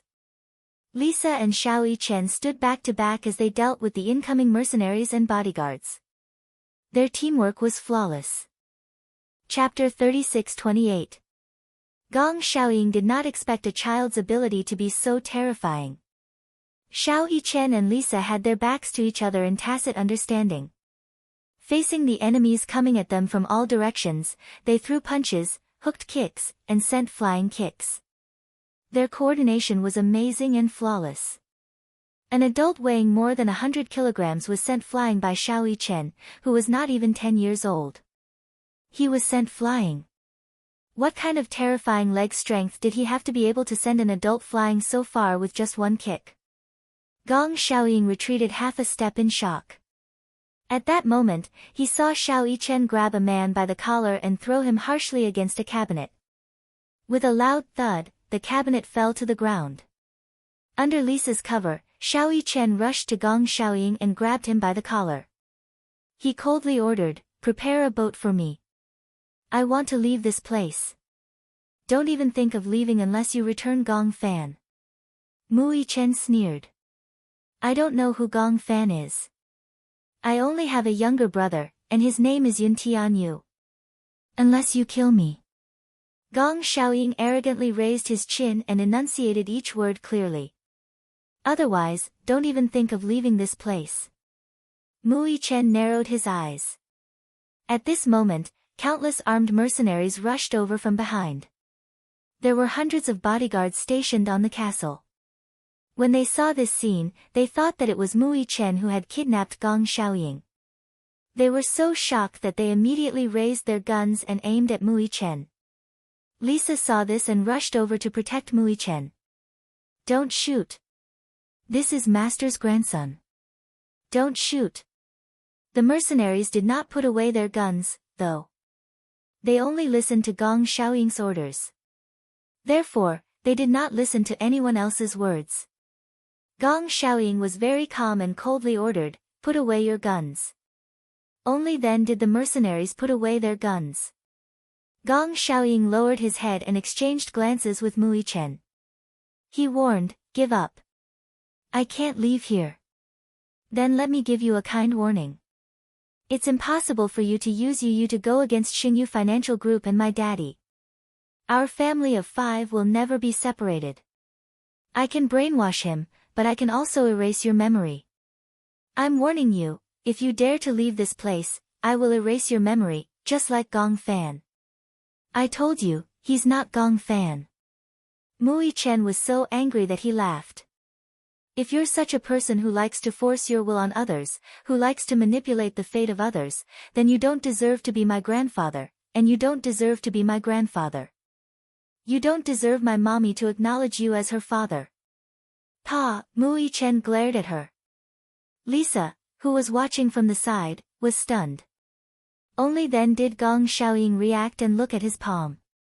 Just now, when he lost control of his emotions, it was this hand that slapped him hard in the face. He hit him. He had used this hand to hit his own grandson. However, for some reason, when he heard Mu Yichen's hysterical words, he completely lost control. Yun Shishir was the pain he could not bring up.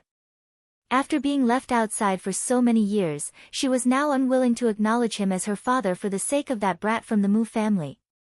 What he couldn't understand was why things had escalated to the point where he had become enemies with his own grandson. He had never thought that the situation would come to this. How did it come to this? "You're my grandson." Chapter 36-29.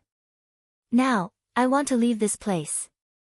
Whoever dares to stop me, don't blame me for being rude. As Mui Chen spoke, he walked towards the door. Everyone was armed to the teeth and on high alert. They all raised their guns and were ready to fight.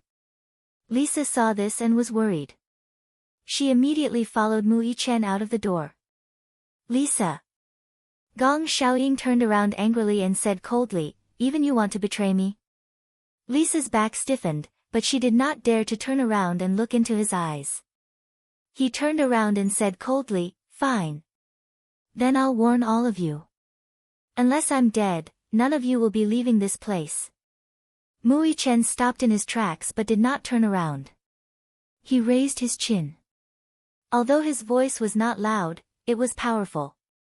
Unless you kill me, no one will be able to stop me. He had inherited Mu Yaja's arrogance. That small back view made Gong Xiaoying feel as though he was looking at Mu Yaja. He was completely enraged and clenched his fists tightly. Both of them were equally insufferably arrogant. One big and one small, they formed two terrifying energy fields. Mui Chen had only taken a few steps when he suddenly felt a strange piercing pain in his back. He turned around in shock and saw a mercenary pointing a gun at him. He touched the place where the pain was coming from and felt a sticky trace of semen. What is this? Mui Chen pursed his lips and looked coldly at Gong Xiaoying. He saw disappointment and indifference in his eyes. His heart had turned completely cold. However, he was not afraid at all. Even if he died, he wanted to leave this place. Mui Chen's body swayed. He turned around and walked towards the door again. Gong Xiaoying was so stunned that he almost suffocated. Even so, this child did not beg him for anything. Where was he going? Did he really think that he could leave this isolated island just by walking out of this door? Even if he died, he wanted to return to that man's side. Mui Chen's body swayed slightly as though he was about to fall. He struggled to hold onto the wall and slowly walked towards the door. A strong sense of dizziness engulfed him. His forehead was covered with cold sweat and he looked like he would faint in the next second. Gong Xiaoying looked at his stubborn expression and felt both pain and disappointment. Shoot! No! Lisa was so shocked that her eyes widened. She saw that a mercenary behind Mui Chen had also raised his gun and aimed at him. She instinctively threw herself in front of Xiaoyi Chen. With a swoosh, an egg pierced her skin. She groaned and furrowed her eyebrows. Mui Chen heard her painful voice and furrowed his eyebrows. Before he could turn around, he blacked out and knelt on the ground. He wanted to stand up but Lisa fell into his arms. Lisa, Li, Mui Chen's gaze froze and he also fell to the ground. In the night, a pair of frightened eyes suddenly opened. Yu sat up from the bed in shock. He instinctively held onto his abdomen where there was still a faint stinging pain. It was so painful, as though he had been shot by a bullet. He dreamt that he was imprisoned in a cage and desperately wanted to escape. However, he was surrounded by countless black shadows. Soon after, he felt that he had been shot many times and woke up from his dream. When he woke up, his back was covered in cold sweat. Chapter 36:30. What was going on? Why would he have such a dream? Yu held his forehead. His temples were throbbing and his veins were popping as if they were about to explode. What's going on? Yu tapped his temples in pain. When he got up, he heard a clear cry coming from next door. Boo-hoo, boo-hoo, it was Yueyao's voice. Yu got out of bed and opened the door. Yueyao's room was next door. He walked in and turned on the lights. He saw a pair of small hands clutching the crib and her little legs kicking in aggrievedly. He walked to the bedside nervously and saw Yueyao crying so hard that her face was red and her eyelashes were stained with tears. Yu bent down slightly and carried her in his arms, lifting her up gently. Now that he had learned how to carry a child, he could carry Yueyao comfortably. Surprisingly, when he carried Yueyao stopped crying. She widened her eyes curiously. The corners of her eyes were filled with tears. When she blinked her eyes gently, the tears started to flow. However, Just as the tears started to flow, Yueyao opened her mouth and revealed two snow-white front teeth as she laughed. He, she laughed so happily that she reached out her little hand that was covered with her saliva and touched his face. Yu frowned and pushed her hand away in disdain. He muttered, "Don't touch my face with your dirty hands." He patted her little hand and Yueyao retracted her hand in pain. She pursed her lips pitifully and looked like she was about to cry. Boo-hoo, she curled her little hand and stared at him innocently. She looked like she wanted to say something. However, she had not learned how to speak yet and could only babble out a few clumsy words. "Brother, hug." Yueyao carefully reached out her chubby little hands and opened them, asking for a hug. "Brother, hug me." Yu was stunned. He looked at Yueyao and then looked at her fingers that were covered in saliva. He frowned. Even though he was disgusted, he still held her wrist and held her little hand. Yueyao tried to scratch his face. Her wet saliva was all over his face. At this moment, Yueyao finally stopped crying. She grinned as she grabbed his face, she couldn't bear to let go of it. Yueyao smiled even more happily. Yu touched her face. Suddenly, he heard Yun Shusher's voice from behind him. "Why are you awake to wake up?" He turned around and saw Yun Shusher standing at the door. Her expression was gentle. Yu was a little embarrassed and wanted to put Yueyao down. However, Yueyao clung to his clothes like a clingy kitten, unwilling to leave him. Yun Shusher was a little surprised. She said with some surprise, "Yueyao likes to stick to you so much. She doesn't like to be hugged." Yu was stunned. "Oh, is that so?" "Yeah. You don't remember. When she was young, she would kick her legs and cry if anyone hugged her for too long. You and I were the only ones who were closest to her. I didn't expect that after you left for more than a year, she would still like to stick to you." When Yu heard this, he didn't know why, but he felt a surge of warmth in his heart. "She's hungry." Yun Shusher walked over and said to him, "Carry her. I'll warm up the milk for her." Yu didn't say much. He only responded softly, "Okay." Chapter 36-31. Yu lowered his head and looked at Yueyao in his arms. His gaze softened. "Call me big brother." Yu pinched her fleshy paw. Her soft touch made him feel an inexplicable sense of tenderness. However, she didn't do it when he asked her to. As though she didn't understand what he said, she tilted her head and blinked her clear eyes. She stared at Yu with a confused expression. "Didn't you call me big brother just now?" Yu shook her little hand and said, "Call me big brother again." Yueyao babbled as she clutched his face. Her gaze suddenly landed on his chest. She opened her mouth wide, revealing her pink and tender gums. Suddenly, she opened her mouth wide and bit down on his shirt. "Ah!" Yuyu's face turned pale. He told her stiffly, "I don't have any milk for you." However, Yueyao didn't understand him. Her little hands clawed at his shirt and her little mouth bit his shirt. Her saliva stained his shirt. When Yun Shusher came in, she saw Yu standing helplessly by the crib. Yueyao was biting his shirt as though she was drinking milk. Yueyao had been weaned for a long time and had been breastfeeding with powdered milk ever since. Seeing this scene, Yun Shusher didn't know whether to laugh or cry. She immediately walked over and put the milk bottle aside. She took Yueyao from Yuyu's arms and hugged Yueyao. She coaxed her, "Are you hungry?" As she coaxed her, she reached out to grab the milk bottle. However, Yu had already taken the milk bottle and carefully placed it against Yueyao's mouth. Yueyao sucked on the pacifier and smacked it with relish. Sizzle, Yueyao held the milk bottle with her little hands and drank it with relish. Yu stayed by her side quietly. However, he didn't look at Yueyao. Instead, he looked at Yun Shusher in a daze. Many complex emotions flashed across his eyes. However, Yun Shusher didn't seem to notice that he was staring at her. She said to herself, "When you were young, you were much more obedient than your sister. Sometimes, when you were hungry in the middle of the night, you didn't cry.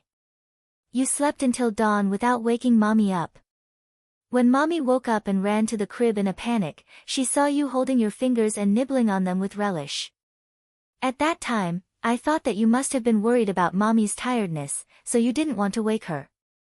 The boy was a little surprised.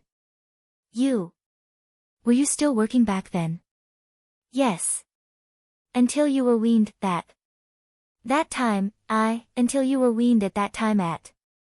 "What about Daddy?" Just as he blurted out, he realized that he had called him Daddy. His face turned red instantly. He turned his head awkwardly and didn't want to look at her. Yun Shishir smiled when she heard this. She immediately said, "At that time, your daddy wasn't by our side. Did you know? In the past, there was no daddy or brother. There was only you and me. We depended on each other. Although life wasn't as good as it is now, Mommy was really happy with you." As she spoke, she recalled the happy past. Yun Shishir's eyes suddenly stung. She blinked her eyes and forced her tears away. She retreated and turned to look at Yu. However, he was also staring at her without saying a word. Yun Shishir took a deep breath and said, "Don't leave Mommy again, okay?" Chapter 36-32. Yu's expression was calm, but his heart was in turmoil. She said, "Don't leave me again." Why was it that when he heard those words, his heart was so moved? Especially when he heard the words, Yu, he felt his heart burning. Countless chaotic thoughts flooded his mind in an instant. He abruptly rose to his feet and turned around. Just as he was about to leave the room, Yao suddenly let go of the milk bottle and looked at him. She called out in a childish voice, "Big brother." Yu did not stop and walked back to the room. When Mui Chen woke up, he opened his eyes and saw that his surroundings were bright. He looked around and wanted to move, but he realized that he was tied to a chair and could not move at all. Mui Chen lowered his head and saw himself sitting on a chair. His hands were cuffed behind his back, and his legs were chained to the back of the chair. His body was also chained to the back of the chair.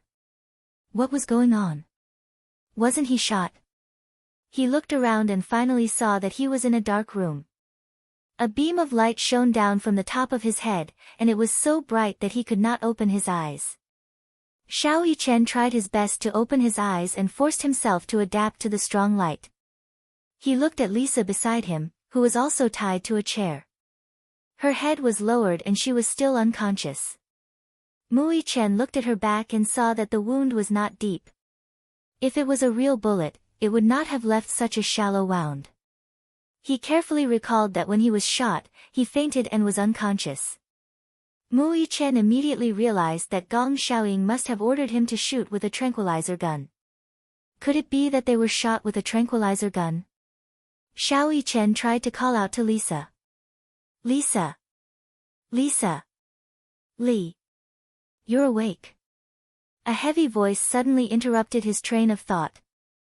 Mui Chen spun his head around in shock, only to see Gong Xiaoying standing in front of him and judging him from above. When he saw Gong Xiaoying, anger appeared in his eyes.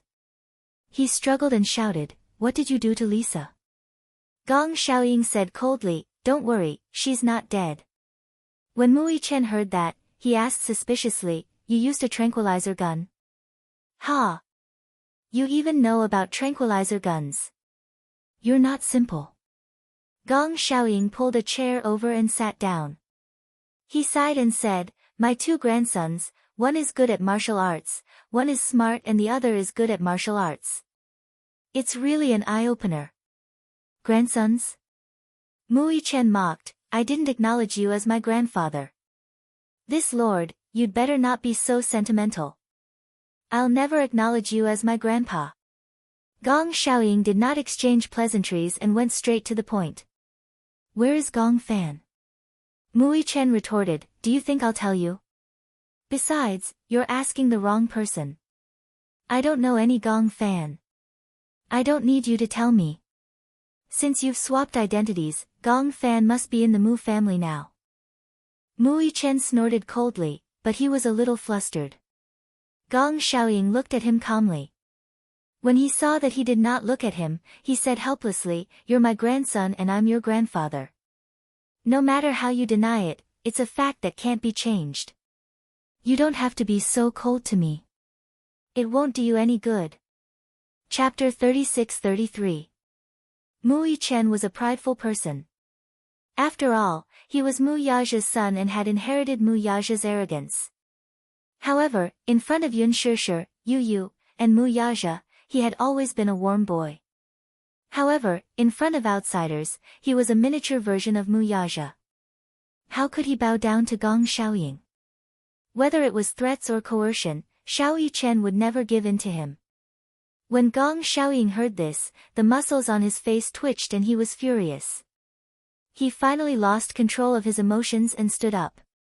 Glaring at Xiao Yichen, he said, "I'm not threatening you. I'm not trying to scare you. If I can erase Yu Yu's memory, I can erase yours too." It would have been better if he hadn't mentioned this. When he did, Xiao Yichen shouted at him furiously, "You're the one who erased Yu Yu's memory. Just based on this, don't expect me to acknowledge you. Gong Xiaoying, in the past, I respected you because you were Mommy's biological father and my grandfather. Whether you admit it or not, I respected you. However, it doesn't mean that you can bully others. What right do you have to erase Yu Yu's memory? What right do you have?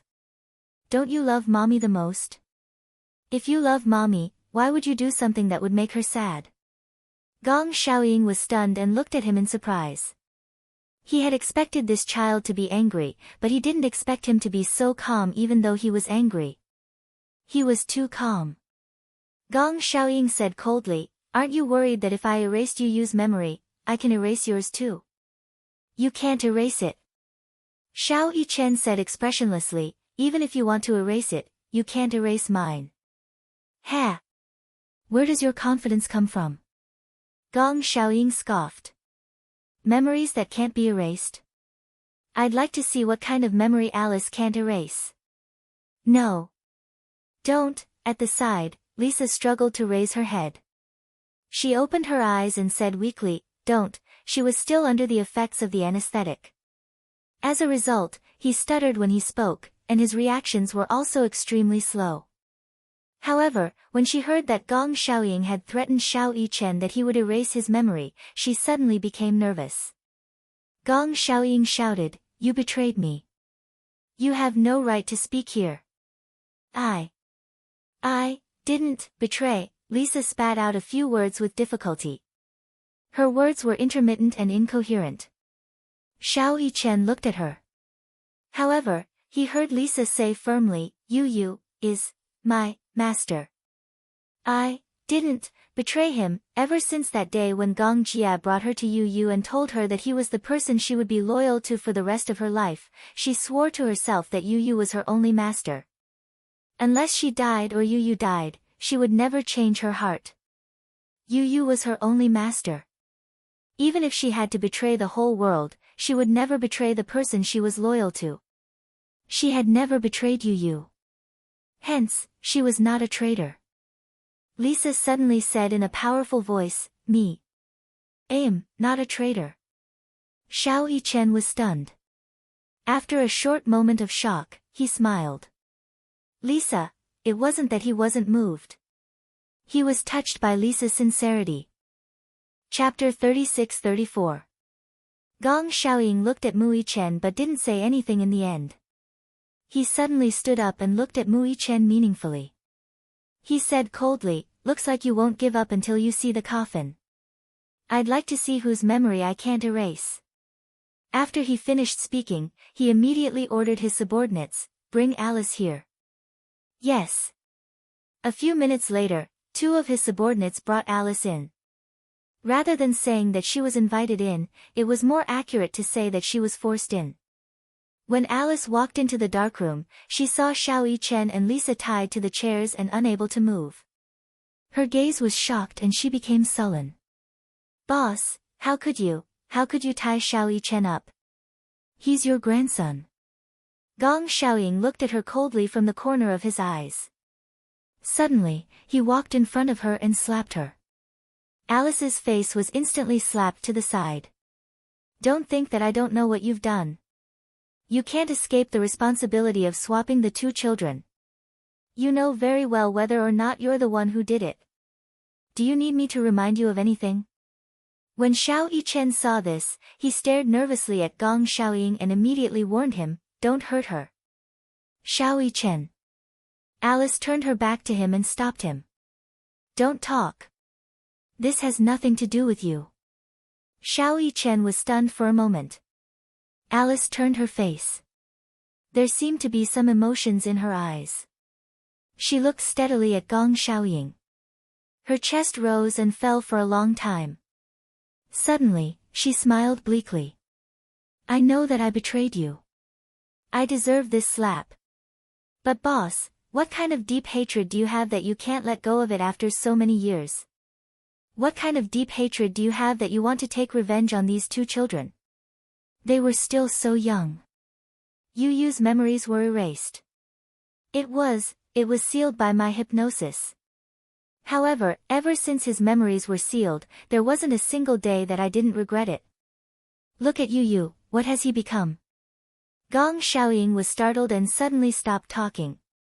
Do you think you're doing this for Yu Yu? He had forgotten all his memories. He had forgotten Yun Shishir and Mu Yaja. He had even forgotten who he was. Do you think this is for his own good? You have no right to do this, and you have no right to erase Yu Yu's memory and tamper with his life. Shut up. Gong Xiaoying interrupted coldly, I don't need you to tell me what to do. Yes. You're high and mighty, you're insufferably arrogant. Now, the Gong family can call the wind and summon the rain, looking down on everything. No one has the right to criticize you about what you're doing. But... Alice's lips suddenly trembled violently as she spoke. Yu Yu is innocent. He's just a child. He just wants to be by his mommy's side. Look at how cute Yu Yu used to be. He was with his family and he was smiling every day. But now, he's become a cruel, cold, and insensitive person. He's also become someone with terrifying ambitions and hatred that shouldn't exist at his age. He's just a child. How can you bear to torture him like this? Chapter 36-35. Alice did not care about anything else. If you persist in doing this, your daughter will never forgive you. Gong Xiaoying's pupils constricted as he stared fixedly at Alice. It was as if he was an explosive that could explode at any moment. Alice had always been fearful of Gong Xiaoying. However, there was no trace of fear in her eyes right now. Right now, I want you to seal this child's memory, just like how you sealed Yun Tianyou's. She would not make the same mistake a second time. Even though she had no feelings for Xiao Yichen.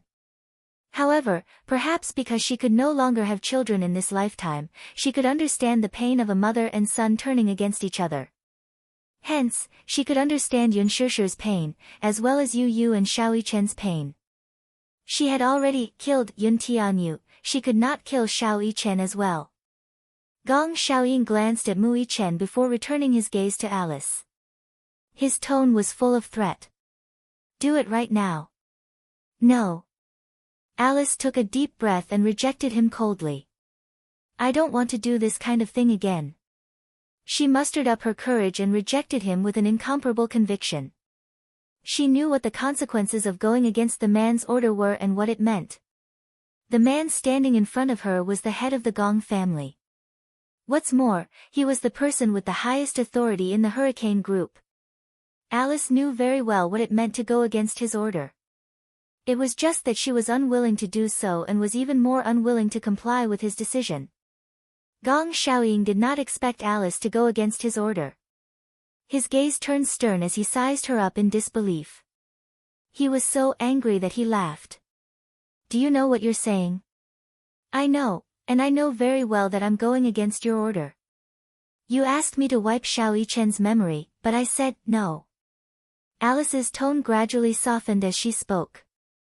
Boss, please, don't go on like this. You've already hurt Yun Shishir and Yun Tianyu once, how can you bear to do it again? Do you really want to fall out with Yun Shishir and her father? Gong Xiaoying was stunned for a moment before he regained his senses. He gritted his teeth and said, whether it's Mu Yichen or Yun Tianyu, didn't she get together with Mu Yaja because they have 2 children? Now, if the 2 children are in my hands, she'll go home. At the mention of Yun Shishir, gentleness appeared in his eyes. The reason why he hated Mu Yaja so much was not just because of the previous generation's feud. He knew that Yun Shishir gave birth to these 2 children because she was a surrogate mother for the muse when she was 18. She, Gong Xiaoying's daughter, his daughter, was so lowly that she was used by the muse. How could his daughter do such a despicable thing? How dare the muse? Therefore, he could never forgive the Mu family and Mu Yaja for doing such a thing to his daughter. So what if Yun Shishir returns to your side? Alice hysterically tried to wake him up. What's the difference between you and an executioner? Shut up. Gong Xiaoying stopped her. Don't think that I won't dare to touch you just because you're Gong Jie's woman. Even if I kill you today. Chapter 36-36. Alice was not afraid at all. My life is in your hands. The fate of so many people in the hurricane group is also in your hands. Killing me is just a matter of words. But don't you regret it? You, Gong Xiaoying raised his hand high, but Alice just stared at him without retreating. However, his hand did not fall for a long time. Do you think you're the only one who knows hypnotism? Gong Xiaoying's hand fell slowly, but he laughed coldly. Do you think I can't do it without you? Alice was stunned. Gong Xiaoying turned around and said in a low voice, come in. As soon as his voice fell, he saw the door slowly open, and a man wearing a white cloak slowly walked in. The man was very young and very thin. He was wearing a cloak, but it seemed empty. His face was buried under the brim of the hat, and the shadow covered his eyes. But it was not difficult to see that this man's features were exquisite. It was just that this exquisiteness was mixed with some elements of gender. There was a gloomy and cold aura around him, like a poisonous snake, beautiful but deadly. It had nothing to do with gender. This kind of beauty could make people hold their breath and focus. He was holding a crystal ball in his hand. However, this crystal ball looked a little special. Inside the transparent glass, there was a ball of purple fog, swirling and rolling. Mu Yichen's heart skipped a beat when he raised his head and saw the man. He did not know why, but this man had an especially dangerous aura. As the man walked in, he took off his hat. His face was exposed to the air. It was feminine but beautiful. When Alice saw him, she sucked in a breath of cold air. Master, Senior. Back then, she had studied hypnotism under a master hypnotist. There were only a few students under the master's name. Hypnotism also required talent. There were not many people who had this kind of talent. It could be said that it was 1 in a million. As for this man, he was one of her senior martial brothers. His hypnotism skills were above hers. How could it be her? The man glanced at her and acted as if she didn't exist. He walked to Gong Xiaoying and nodded slightly in greeting. Unless he was hypnotized, he was usually very quiet and did not speak much. However, as soon as he spoke, the first sentence he said was enough to bewitch the mind of the person who was being hypnotized. His voice seemed to have a unique magic power. Sometimes, Alice felt that his hypnotism was not hypnotism, but a kind of magic that could not be explained by scientific means. Senior, why are you here? The man turned around and finally saw her. His deep eyes were like a dark black jade without any luster, but like a bottomless pool of water. Just a glance, it seemed to be able to suck one's soul. Gong Xiaoying said coldly, seal up all of that child's past memories, do you understand? The man nodded gently. Yes. It was just one word, but it was as cold as the ice and snow of the North Pole, causing people to feel a chill in their hearts. Senior, you can't do that. Alice said in a panic, you can't erase this child's memory, Senior, take her away. Gong Xiaoying ordered impatiently. Chapter 36-37. The man in the white robe walked slowly to Xiao Yichen and squatted down gracefully. His dark eyes scanned every inch of Xiao Yichen's features and his thin lips slowly curved into a cold smile. Just by looking into his eyes, Xiao Yichen felt as if his body was frozen and he couldn't move. At the side, Lisa saw this and started to struggle. The man glanced at her from the corner of his eyes but didn't take her seriously. No matter how powerful she was, she wouldn't be a threat if she was tied up like this. However, with someone else around, it would be easy to disrupt the hypnosis if they made any noise during the hypnosis. The man said softly, "Take her away. Take her away." Gong Xiaoyin gave the order and Lisa was immediately taken out of the room. He also left with his men. All the doors were locked from the inside. The man slowly lifted the crystal ball and held it in front of Xiao Yichen. The latter was attracted by the illusory purple fog in the crystal ball and his eyes suddenly lost focus. He felt as if he was about to enter the man's world. He immediately pinched his palms and forced himself to wake up. Xiao Yichen shook his head forcefully and turned his face away from the man. If he didn't look at him, he wouldn't be hypnotized. The man smiled faintly. He had hypnotized countless people, but most of them were unwilling to do so. "Who do you want to see the most now?" The man gently placed his hand on the surface of the crystal ball and caressed it. He said casually, "Is it her?" When Xiao Yichen heard this, he couldn't help but be attracted by the man's words. He turned his head and looked at the crystal ball. However, he saw that the fog in the crystal ball gradually transformed and reflected Yun Shishir's gentle smile. "Mommy. Mommy," Xiao Yichen was completely shocked. He could actually see Yun Shishir's face in the crystal ball. The man observed his expression and asked faintly, "Who is she?" Xiao Yichen looked at him and bit his lip hard, but he didn't say anything. Cold sweat, drop by drop, continuously slid down from his forehead and flowed into the gaps between his lips. It was extremely bitter. "Oh, that's not her." The man stroked the surface of the crystal ball again. Xiao Yichen stared intently at the crystal ball. The fog continued to transform, and a tender but adorable face was reflected in the crystal ball. "Yueyao, Yueyao."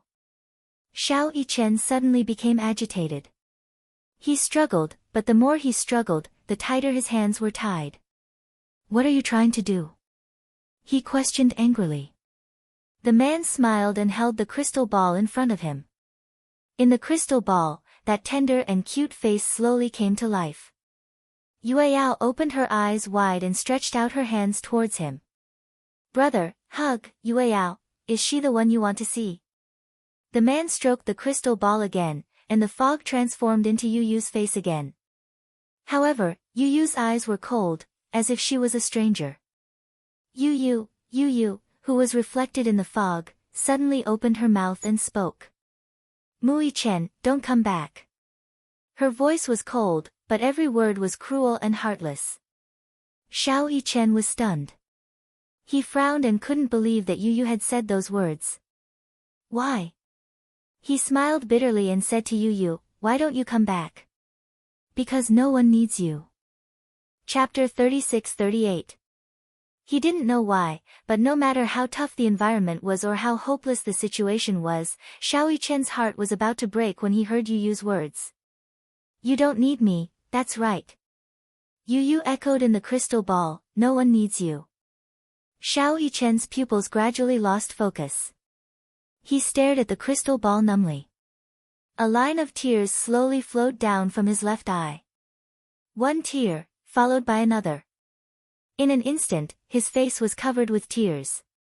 The man looked at him as if he had been hypnotized. He smirked coldly. "It's not like that." Xiao Yichen suddenly looked up and said angrily, breaking down, "It's not like that. Yu Yu wouldn't say such things. This isn't Yu Yu. This is an illusion created by you." The man smiled and said, "I'm not a sorcerer and I don't know magic. This isn't created by me. It's your inner world." He inched closer to little Yichen and slowly breathed in through his thin lips. "You yearn to be needed and valued. You're afraid of being outlawed and ignored, right?" But you're not needed and you're not relied on. They don't need you. It's not like that. Xiao Yichen screamed crazily, you're bewitching me again. I want mommy, daddy, Yu, and Yueyao. They all need me, they all need me. He was irreplaceable. He was Mu Yichen. The man smiled and said, have you been lying to yourself all this time? Mu Yichen gritted his teeth. Suddenly, he leaned over and hit the crystal ball in his hand. With a loud crack, the crystal ball fell to the ground and shattered into pieces. The fog in the sphere slowly rose. Mu Yichen could only feel the fog gradually condensing. Finally, it transformed into Yu's appearance. A living Yu was standing right in front of him, as if he could reach out and touch her. The entire world was plunged into darkness. It was so dark that one couldn't even see one's fingers. Everything had changed. The white-robed man also seemed to have disappeared. Mu Yichen lowered his head and looked at his body. There were no ropes, no handcuffs, no chains, and no chair. He stood up and looked up. Yu was still standing in front of him, but she did not disappear. Yu. Mu Yichen anxiously rushed towards him and held him in his arms. His body was so cold that it was as if he had no body temperature. Why is it so cold? He nervously grabbed Yu's shoulders and sized him up. However, Yu coldly pushed him away. Don't touch me. As Yu spoke, his gaze landed on the necklace around his father's neck, only to see a necklace around his neck. It was a purple crystal. All of a sudden, Yu forcefully tore the amethyst off and casually dropped it on the ground. Don't call my name. Yu turned around coldly. Mu Yichen, no one needs you anymore. Mommy and Yueyao already have me. No one wants you to come back. So. He slowly turned his head. His eyes were covered by the shadows. His lips were curled into an extremely cold smile. Don't come back. No, it's not like that. Mu Yichen shook his head in disbelief and forced a bitter smile. Yu, I know you lost your memory and don't remember me. But it's okay. You will definitely regain your memory. Chapter 36-39. Xiao Yichen stared at Yu in disbelief. He did not understand why he would say such a thing. In his impression, Yu was a tsundere, but he had a gentle heart. He would never monopolize mommy's love. This was not Yu, however, the person standing in front of him, with those familiar eyes, was clearly Yu. But why would Yu say such cruel words? Yu saw that Xiao Yichen did not speak, so he asked coldly, haven't you noticed? No matter what, mommy always prioritizes me. In her heart, I've always been more important than you. You should have noticed this, right? Xiao Yichen's face turned ashen. Yes. Mommy had always prioritized Yu. This had always been the case. This was because Yu's health was not good. Yu was good at pretending to be obedient. Xiao Yichen prided himself as an elder brother. Hence, he knew how to take care of Yu, regardless of how big or small the matter was. Even if mommy valued Yu more than him, it did not matter. Even if daddy valued Yu more than him, it did not matter. This was because Yu was his younger brother. His most beloved younger brother. No one could replace his position in his heart.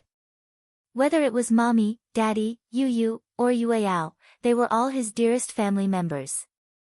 They were all unique and could not be replaced.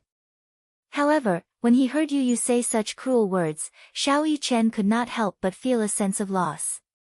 A smug look appeared on Yu's face. Mommy loves me more. Compared to me, you're nothing in mommy's heart. Xiao Yichen glared at him and clenched his fists. He suddenly lowered his head, looking extremely disappointed. Yu sized him up arrogantly and said casually, I went missing for a year. Mommy didn't eat or drink. When she found out about my whereabouts, she was willing to use you to replace me and bring me home. What about you? You can only stay on this huge island all by yourself. It's not like that, oh. Yu asked calmly, then what is it? Mui Chen, you don't have to deny it. Mommy values me more than you. Mommy and Mommy have depended on each other since we were young. What about you? How can you compare yourself to me? As he spoke, he smiled coldly. You don't have to come back. I'm enough for Mommy. Little Yi Chen smiled bitterly and raised his head, revealing a trail of tears on his face.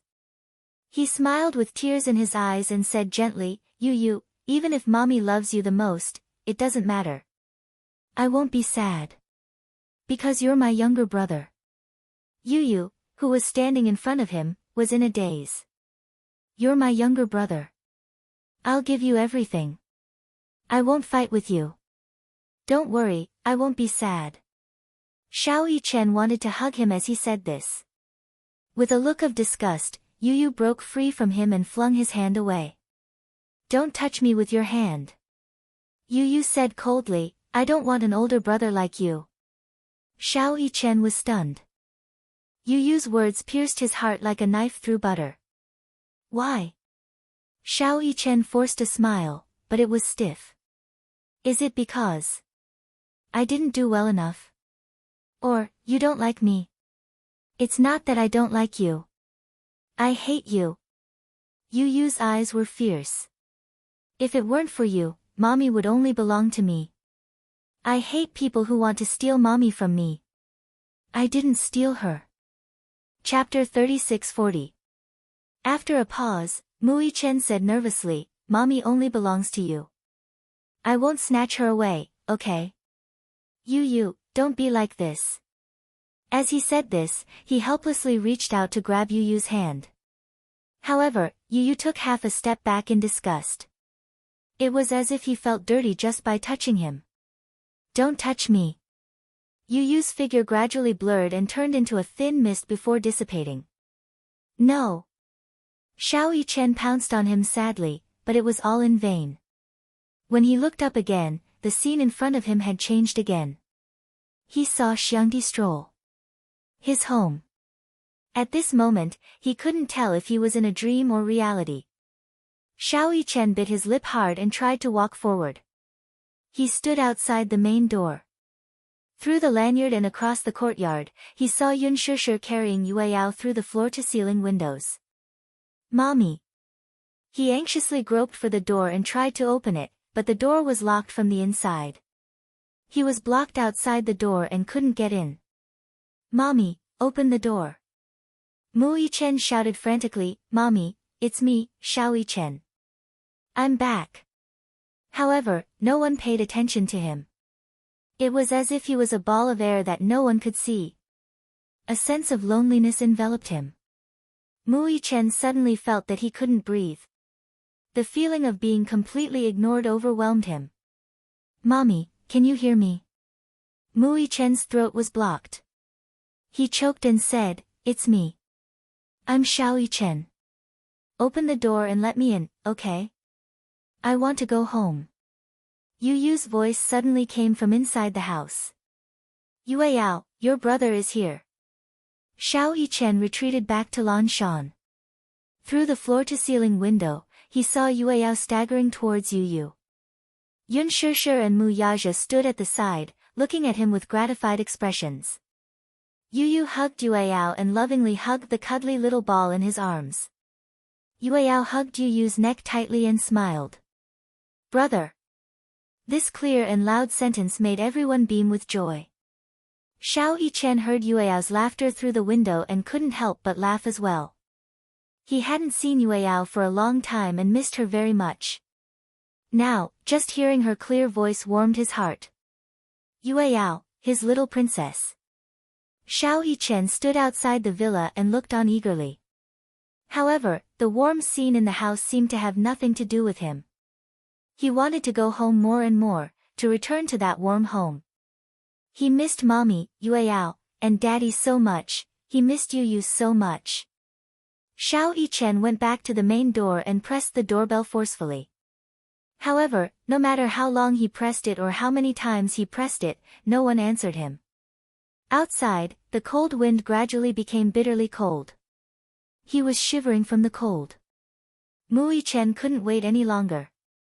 He nimbly climbed over the door and walked to the floor-to-ceiling window. Standing outside, he gently knocked on the door and window and smiled gently. Mommy. You. Daddy, Yueyao. Xiao Yichen tidied his clothes seriously and smiled. I'm going home. Everyone in the house suddenly fell silent. Yun Shishir and Mu Yaja turned around. Yu also turned around with Yueyao in her arms. However, when her gaze landed on Xiao Yichen, her expression immediately turned cold. Chapter 36-41. Yu walked to the floor-to-ceiling window and pulled the door open. He asked coldly, "Why did you come back?" Xiao Yichen's smile froze. He said in a daze, "Because, this is my home." "This is not your home. This is my home. Get out." Yu pointed at the door and said coldly, "You're not welcome here." How could this be? Xiao Yichen gasped and looked at Yu. However, he heard Yun Shishir's cold voice. "Don't stand here. You're an eyesore." He looked in the direction of the voice and saw Yun Shishir walking towards him. Xiao Yichen reached out his arms and wanted to hug her. However, Yun Shishir slammed the window and locked it from the inside. Xiao Yichen was once again locked outside the door. He was dumbfounded. "Mommy," Yun Shishir said disdainfully through the floor-to-ceiling window, "don't come back. I don't want to see you." "Why?" Xiao Yichen finally panicked. He anxiously knocked on the door and window as tears streamed down his face. He cried painfully. "Mommy. Mommy, it's me. I'm Xiao Yichen. Did I do something wrong? Why don't you want to see me? Mommy? Mommy." The man in the white robe stood up slowly. He held the crystal ball in his hand and stared coldly at Mu Yichen, who was tied to the chair and had already entered a hallucination. Mu Yichen leaned against the back of the chair and closed his eyes. His brows were furrowed as he kept muttering, "Mommy. Mommy, don't leave me. Mommy." From the moment he broke the crystal ball, Xiao Yichen had already entered a hypnotic environment. Everything he saw was a hallucination. A hallucination that he had created. The highest level of hypnotism was to dig out the deepest, darkest part of a person. Everyone had their darkest side. Even Xiao Yichen was no exception. In the deepest part of his heart, there was a fatal fear. In reality, Xiao Yichen looked cheerful, gentle, and adorable on the outside, but he didn't realize that deep down, he was afraid of losing Yun Shishir's attention. He had always known that Yun Shishir placed more emphasis on Yu. It was difficult to balance a bowl of water. It was hard to be fair when it came to doting on two people. Xiao Yichen had always known that Yun Shishir took care of Yu more. It wasn't that he wasn't envious, but as an older brother, he didn't care. However, deep in his heart, he still longed for Yun Shishir to love him more. She wanted to be on par with Yu. However, these selfish thoughts had always been suppressed at the bottom of his heart. Xiao Yichen didn't care who his mommy loved more. Whether it was his mommy or Yu, they were all inseparable family. As long as he could be with his family, he was already very satisfied. However, through hypnotism, the uneasiness in his heart, as well as the fear of being ignored, were magnified several times. The hypnotism created an illusion for him. Through this illusion, he would face the deepest fear in his heart. This fear would be magnified continuously, and it would become an unbearable nightmare. This nightmare was an incomparably cold world. He couldn't walk out at all, and it would be difficult for him to escape. Chapter 36-42. Mu Yichen sat on the chair, his eyelashes trembling violently. Then, a teardrop slowly flowed out of his eye. Despair, the white-robed man let out a faint sigh. No matter how strong a person's mind was, it would be difficult for him to accept the despair of betrayal. In Xiao Yichen's heart, whether it was Yun Shishir, Mu Yaja, Yu, or Yueyao, they were very important to him. It went without saying how important they were. Entering such a despairing illusion must be very despairing. The white-robed man scrutinized his face. Suddenly, he sensed something strange. Xiao Yichen's expression gradually softened. It was the kind of softness that came from relief. Yu. Yueyao, as he softly muttered her name, his lips curved into a doting and warm smile. He seemed to be relieved. What's going on? The white-robed man stared at him in shock. He had entered his hypnotic illusion. An experienced hypnotist could easily enter the hypnotized person's environment. He entered Xiao Yichen's illusion and saw Xiao Yichen standing alone at the entrance of the villa. He looked like an orphan who had been abandoned by the world. His back view was bleak and lonely. However, he hid in the bushes outside the villa. He leaned against the railings and looked at the courtyard. The man walked to his side. He could see through the illusion and see the scene in Xiao Yichen's imagination. Xiao Yichen could not see him. He could also see what he could see through little Yichen's eyes. In the courtyard, Yu sat on the swing. Yun Shishir stood beside him and gently pushed him. Yu was having fun and let out a string of bell-like laughter. Ha! Mommy, higher. Higher. Okay. Yun Shishir laughed and pushed him higher. Mu Yaja stood to the side with Yueyao in his arms, watching everything with a gentle gaze. The family of four, without Xiao Yichen, was still happy and harmonious. Xiao Yichen didn't dare to rashly barge in again and disturb the peace. He stood guard outside the door and secretly watched this scene, but his heart was filled with happiness. Especially when he heard Yu's crisp laughter, the smile on his face deepened. Be careful. Even though he knew that no one could hear him, he was still worried that the swing would swing too high and Yu would accidentally fall. From the anticipation and envy in his eyes, it could be seen that he really wanted to join them. However, he didn't dare to destroy this beautiful moment. He knew that he was no longer welcome and was no longer accepted. However, he still harbored a tiny bit of hope. Even if he were to hide in a corner where they couldn't see him, he would still be satisfied watching this scene. The white-robed man was a little shocked. He squatted down and scrutinized Mu Yichen. It was hard to imagine that such a child would not feel unjust and indignant because of such a cold dream and fantasy. Would he not be angry? Everyone ostracized him, distanced themselves from him, and treated him coldly. His most beloved younger brother said to him, "Don't come back." His most beloved mommy said to him, "We don't need you anymore." His most trusted daddy said coldly, "Get lost. I don't want to see you." Was he really not sad at all? He was betrayed by his family and did not feel any sense of loss or despair. Was he really? Chapter 36-43. The white-robed man followed Xiao Yichen's gaze. The scene in front of him was heartwarming and warm. However, the illusion that he had created for Xiao Yichen was not like this at all. Could it be that Xiao Yichen had used his own willpower to tamper with the illusion? An experienced hypnotist would create an illusion to lure the hypnotist into a false illusion. The betrayal of one's loved ones and the abandonment of one's family, in this way, the hypnotist would begin to doubt himself and eventually abandon all of his memories. Yu had witnessed those cruel memories and had begun to doubt himself. In the end, he had been devoured by his first personality and even his first personality's memories had been sealed away. However, Xiao Yichen did not follow his lead and follow the illusion that he had created. Instead, he changed the direction of the illusion. When the white-robed man saw this, he immediately waved his hand gently and the scene in front of him disappeared immediately. Mu Yichen only felt a blur in front of his eyes and the villa was no longer there. Yu and Yueyao were no longer there either. Mu Yaja and Yun Shishir were also gone. Instead, there was a cloud of smoke lingering around them. He only felt that he was in a dark environment where he could not even see his own fingers. Xiao Yichen panicked for a moment but quickly calmed down. He walked in the fog and looked around.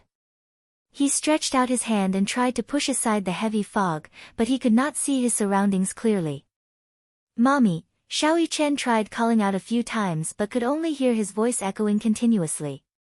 He could not hear anything else. Yu, He carefully walked through the fog but could not see any trace of anyone. It must be a nightmare, it must be a nightmare.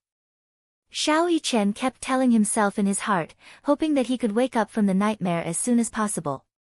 However, in the blink of an eye, he vaguely saw a snow-white figure in front of him. Who's there?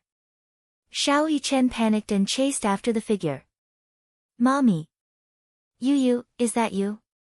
He chased after them in a panic, but after running for an unknown amount of time, he felt something tripping him. All of a sudden, he fell to the ground. Xiao Yichen looked up tiredly, only to see a small figure standing in front of him. The dense fog dispersed. The little guy's face gradually became clearer. Xiao Yichen's eyes were filled with shock. He saw the little Yueyao standing in front of him, looking down at him with disdain. She was still sucking on the pacifier with relish. However, her gaze was empty, as if she was being controlled by someone. What was familiar was her face, but what was unfamiliar was the feeling she gave off. Before Xiao Yichen could finish his sentence, he felt a dull pain in his chest. He looked down in shock and saw a small hand tightly holding a dagger. The small hand at the end of the dagger belonged to the innocent and harmless little Yueyao. She ruthlessly stabbed the dagger into his abdomen, but a creepy smile appeared on her face. The corners of her mouth cracked open, and the pacifier fell to the ground. However, she laughed even more happily and let out a crisp laughter that was like the sound of nature. Ha ha ha, so much blood. Little Yueyao retracted her hand and wiped the blood off her face. She smiled innocently. However, in such an environment, coupled with her smile, it was hard not to shudder. Chapter 36-44. Xiao Yichen gently clutched his abdomen. He accidentally used too much force and blood started to flow out. Why? He stared at Yueyao in disbelief. He didn't know why the little sister he had always doted on would suddenly stab him so cruelly. Why? Yueyao looked at him. Her gaze instantly became fierce and cold. She said in a childish voice, "I'm going to kill you." Why? Xiao Yichen shook his head and smiled bitterly. No, you're not Yueyao. Yueyao wouldn't do this to me. She wouldn't. Pfft. Xiao Yichen's body suddenly froze. The muscles on his back started to twitch uncontrollably.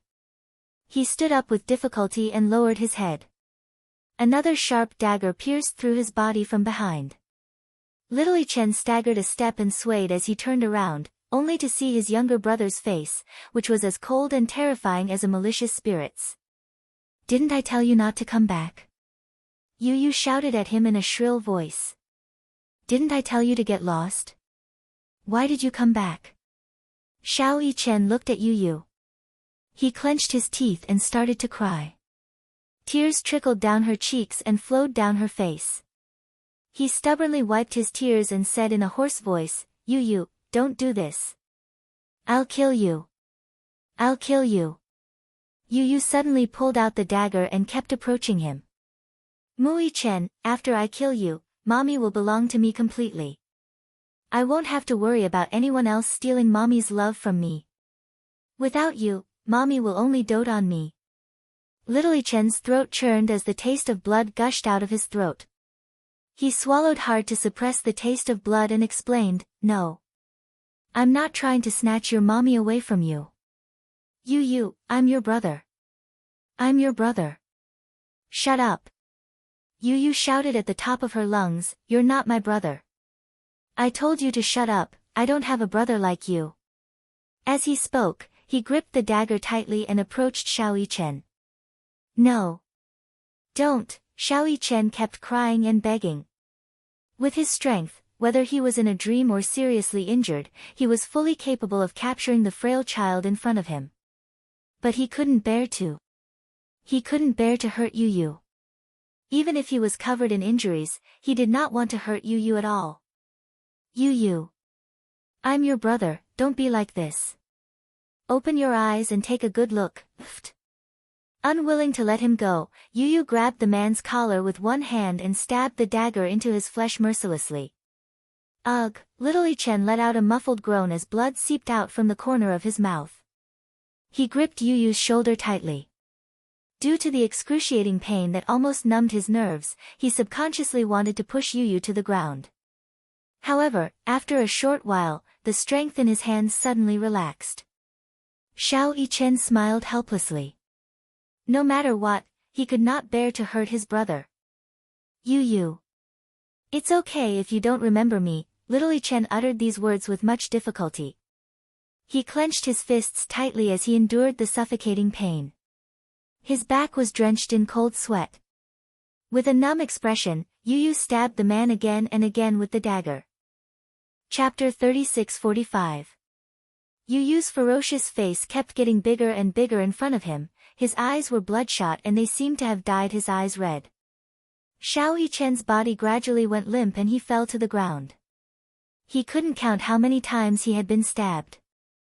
Yu Yu didn't attack his vital points. He only knew that Yu Yu was his younger brother. Even if he didn't recognize him, hurt him, and wanted to kill him, he couldn't hurt Yu Yu. Yu Yu, Xiao Yichen choked and said, "It's me. Open your eyes and take a good look, okay? Yu Yu, it's me." Mu Yichen, Yu Yu stabbed him for the last time. He smiled coldly and said expressionlessly, "I know you're Mu Yichen." Mu Yichen was stunned. "Do you think I've lost my memory? What a joke. I only used you to chase you away from mommy. Now, I've returned to mommy's side. As for you, you'll die a horrible death here." Mu Yichen froze. He shook his head vigorously and forced a smile. "No. It's not like this." Before he could finish his sentence, Mu Yichen vaguely heard the sound of high heels not far away. Her high heels made an extremely pleasant sound when they hit the ground. However, such a cold sound was unavoidably a little creepy in such an environment. Mu Yichen looked in the direction of the sound and saw a woman in a snow-white dress. She was walking slowly toward him through the thick black fog. "Mom," Xiao Yichen stared blankly at the voice and forced a smile. "Mommy." As the footsteps approached, Yun Shishir's tall and slender figure gradually came into view. "Mommy," Xiao Yichen sat up agitatedly. He couldn't stand up at all. With so many injuries, just sitting up took all his energy. Yun Shishir walked over and squatted beside him. Her eyes were filled with tenderness as she gazed at his face and gently caressed his cheek.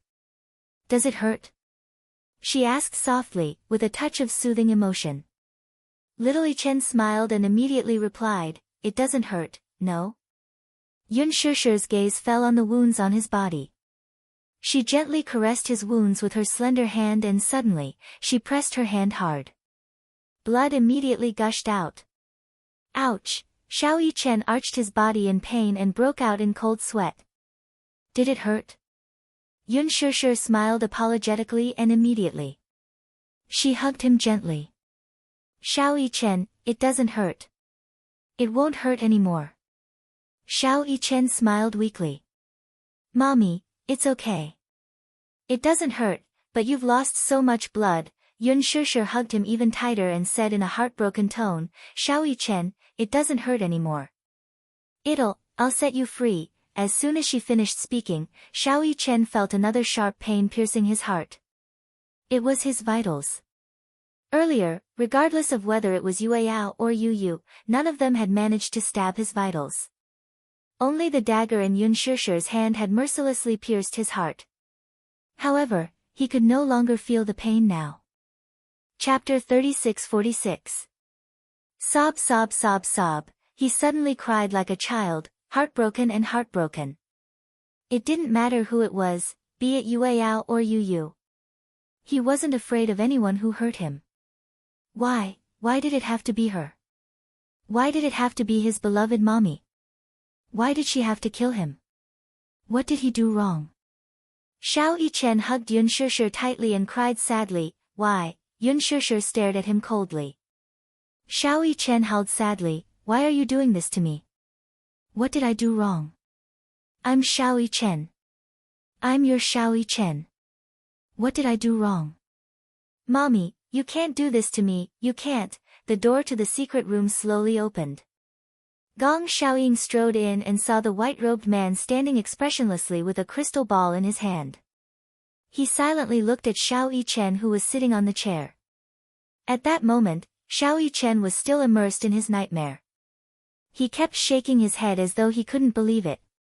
He muttered something under his breath. Gong Xiaoying listened carefully. He kept asking, why? He stood up straight and looked at the white-robed man. He asked calmly, how's the progress? Shoo, the white-robed man raised a finger, indicating for him to keep quiet. Gong Xiaoying controlled his temper and didn't say anything. The white-robed man said, I've already created the scariest illusion for him. He won't be able to escape once he enters this illusion. No matter how strong a person's willpower was, it would be difficult to turn the situation around. Moreover, he was just a child. Gong Xiaoying's lips curled into a smug smile. However, he suddenly noticed that little Yichen's furrowed brows were gradually smoothed out. Even his lips were faintly arched. The white-robed man widened his eyes in surprise. What was going on? He seemed to be smiling. How could he smile so freely in such a dream? The white-robed man immediately raised the crystal ball and compared it to Mu Yichen's face. Through the crystal ball, he was able to peek into his dream. In the dream, it was still the same desolate scene. Xiao Yichen hugged Yun Shishir so tightly that it was as if he was afraid that she would disappear. Even Yun Shishir was flabbergasted. She didn't understand why he was still holding her so tightly when she hurt him like this. Xiao Yichen smiled, but tears continued to flow down his cheeks. When he opened his eyes, there were still a few drops of tears on his eyelashes. Mommy, I missed you so much. When he said these words, all of the defensive lines were finally defeated. He didn't know if this was a dream or reality. He didn't know if the wounds on his body were fatal. He didn't know if he would die. He also didn't know if the person who stabbed him in the heart was his real mommy or a fake mommy. Even if it was fake, at least he could see her face. However, if he was really going to die, he greedily wanted to hug her for a moment longer. Mommy, I missed you so much. As Xiao Yichen spoke, he choked up again. He forced himself to smile and said in a hoarse voice, take me home, okay? Yun Shishir was stunned and didn't say anything. Mommy, I missed you so much. I also missed you, Yueyao, and Daddy. Chapter 36-47. Xiao Yichen hugged her tightly and refused to let go. He was afraid. He was afraid that this would be the last time he would see Yun Shishir. He was in a nightmare, so it was hard for him to realize that he was in a dream. The many wounds on his body were just an illusion. He really thought that he was about to die. Therefore, he only wanted to be able to hold her for a little longer before he died. If he died in his mommy's arms, he would have nothing to fear. Yun Shishir froze all of a sudden.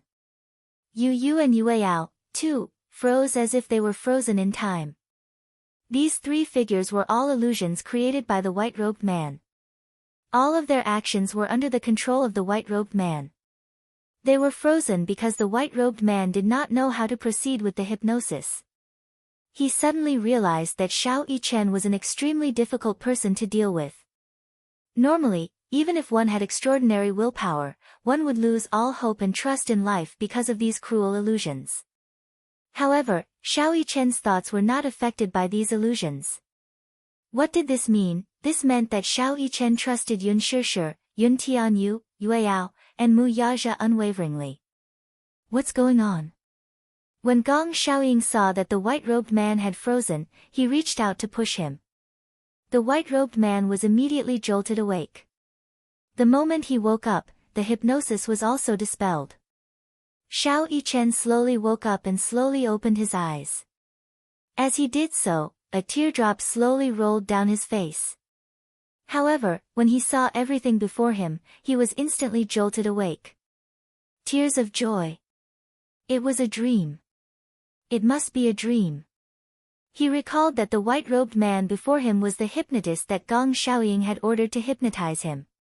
Did this mean that the scenes he had seen earlier were all illusions in his nightmare? Xiao Yichen had mixed feelings for a moment.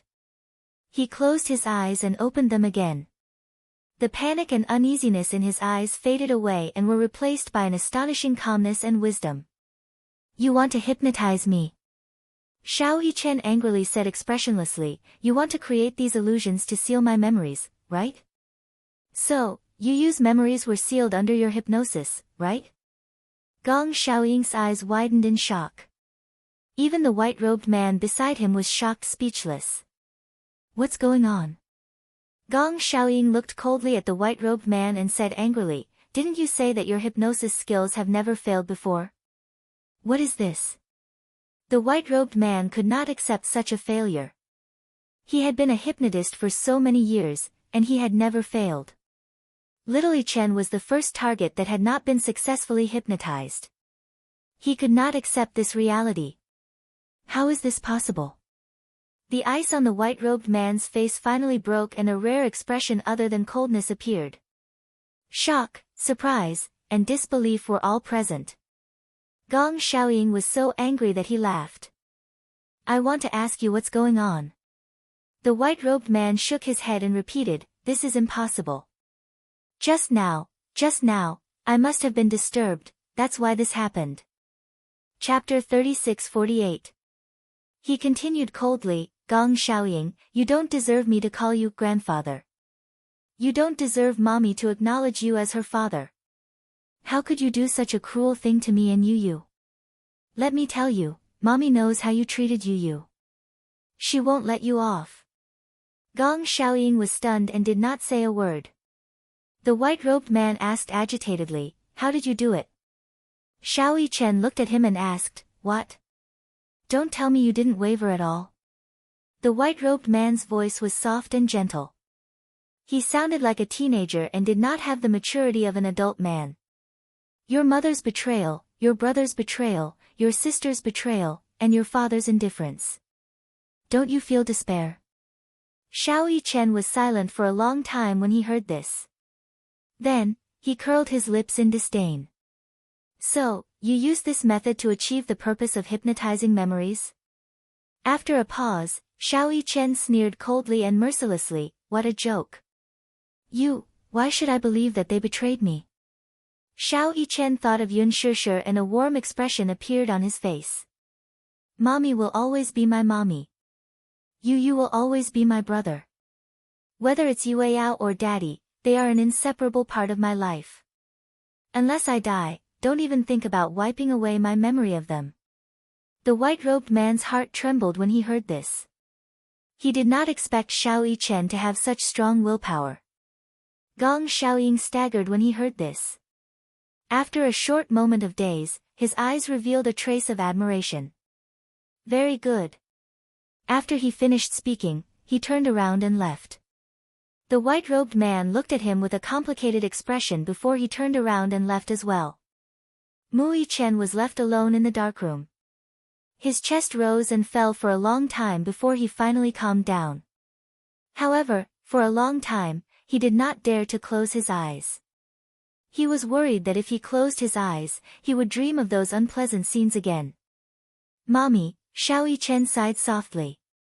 Yueyao, Daddy, you must wait for me to come back. When Lisa regained her consciousness, she found that she was also locked in a secret room. When she opened her eyes, there was a slanted skylight in the upper left corner. Through the skylight, she could vaguely make out that the sky was already slightly bright. It was dawn. How long had she been unconscious? About a few hours. Then, what about Mu Yichen? Wasn't he locked there yet? At the thought of Xiao Yichen, Lisa began to struggle excitedly. However, as she struggled, the rope became tighter and tighter. This knot was tied with a special technique. The more he struggled, the tighter it became. Lisa calmed down. She held her breath and concentrated, slowly shrinking her bones. Even the Gong Jie did not know that she had the ability to shrink her bones. In the past, when she was in the training camp, she was often locked up. Once she was locked up, she would not be able to eat or drink for a few days and nights. She was extremely hungry, so hungry that her eyes turned red. Thus, she learned how to escape from the cage. At first, the bars of the cage were not close to each other. At that time, she was thin and small, so she could escape from the cage easily. She stole some leftovers and returned to the cage. Later, when they changed to a stronger cage, she began to practice the ability to shrink her bones. She did not expect that she would really succeed. Chapter 36-49. Using the bone-locking spell, she quickly broke free from the ropes and tiptoed towards the door. However, she was surprised to find that the door wasn't locked with a combination lock but was chained from the outside by a chain.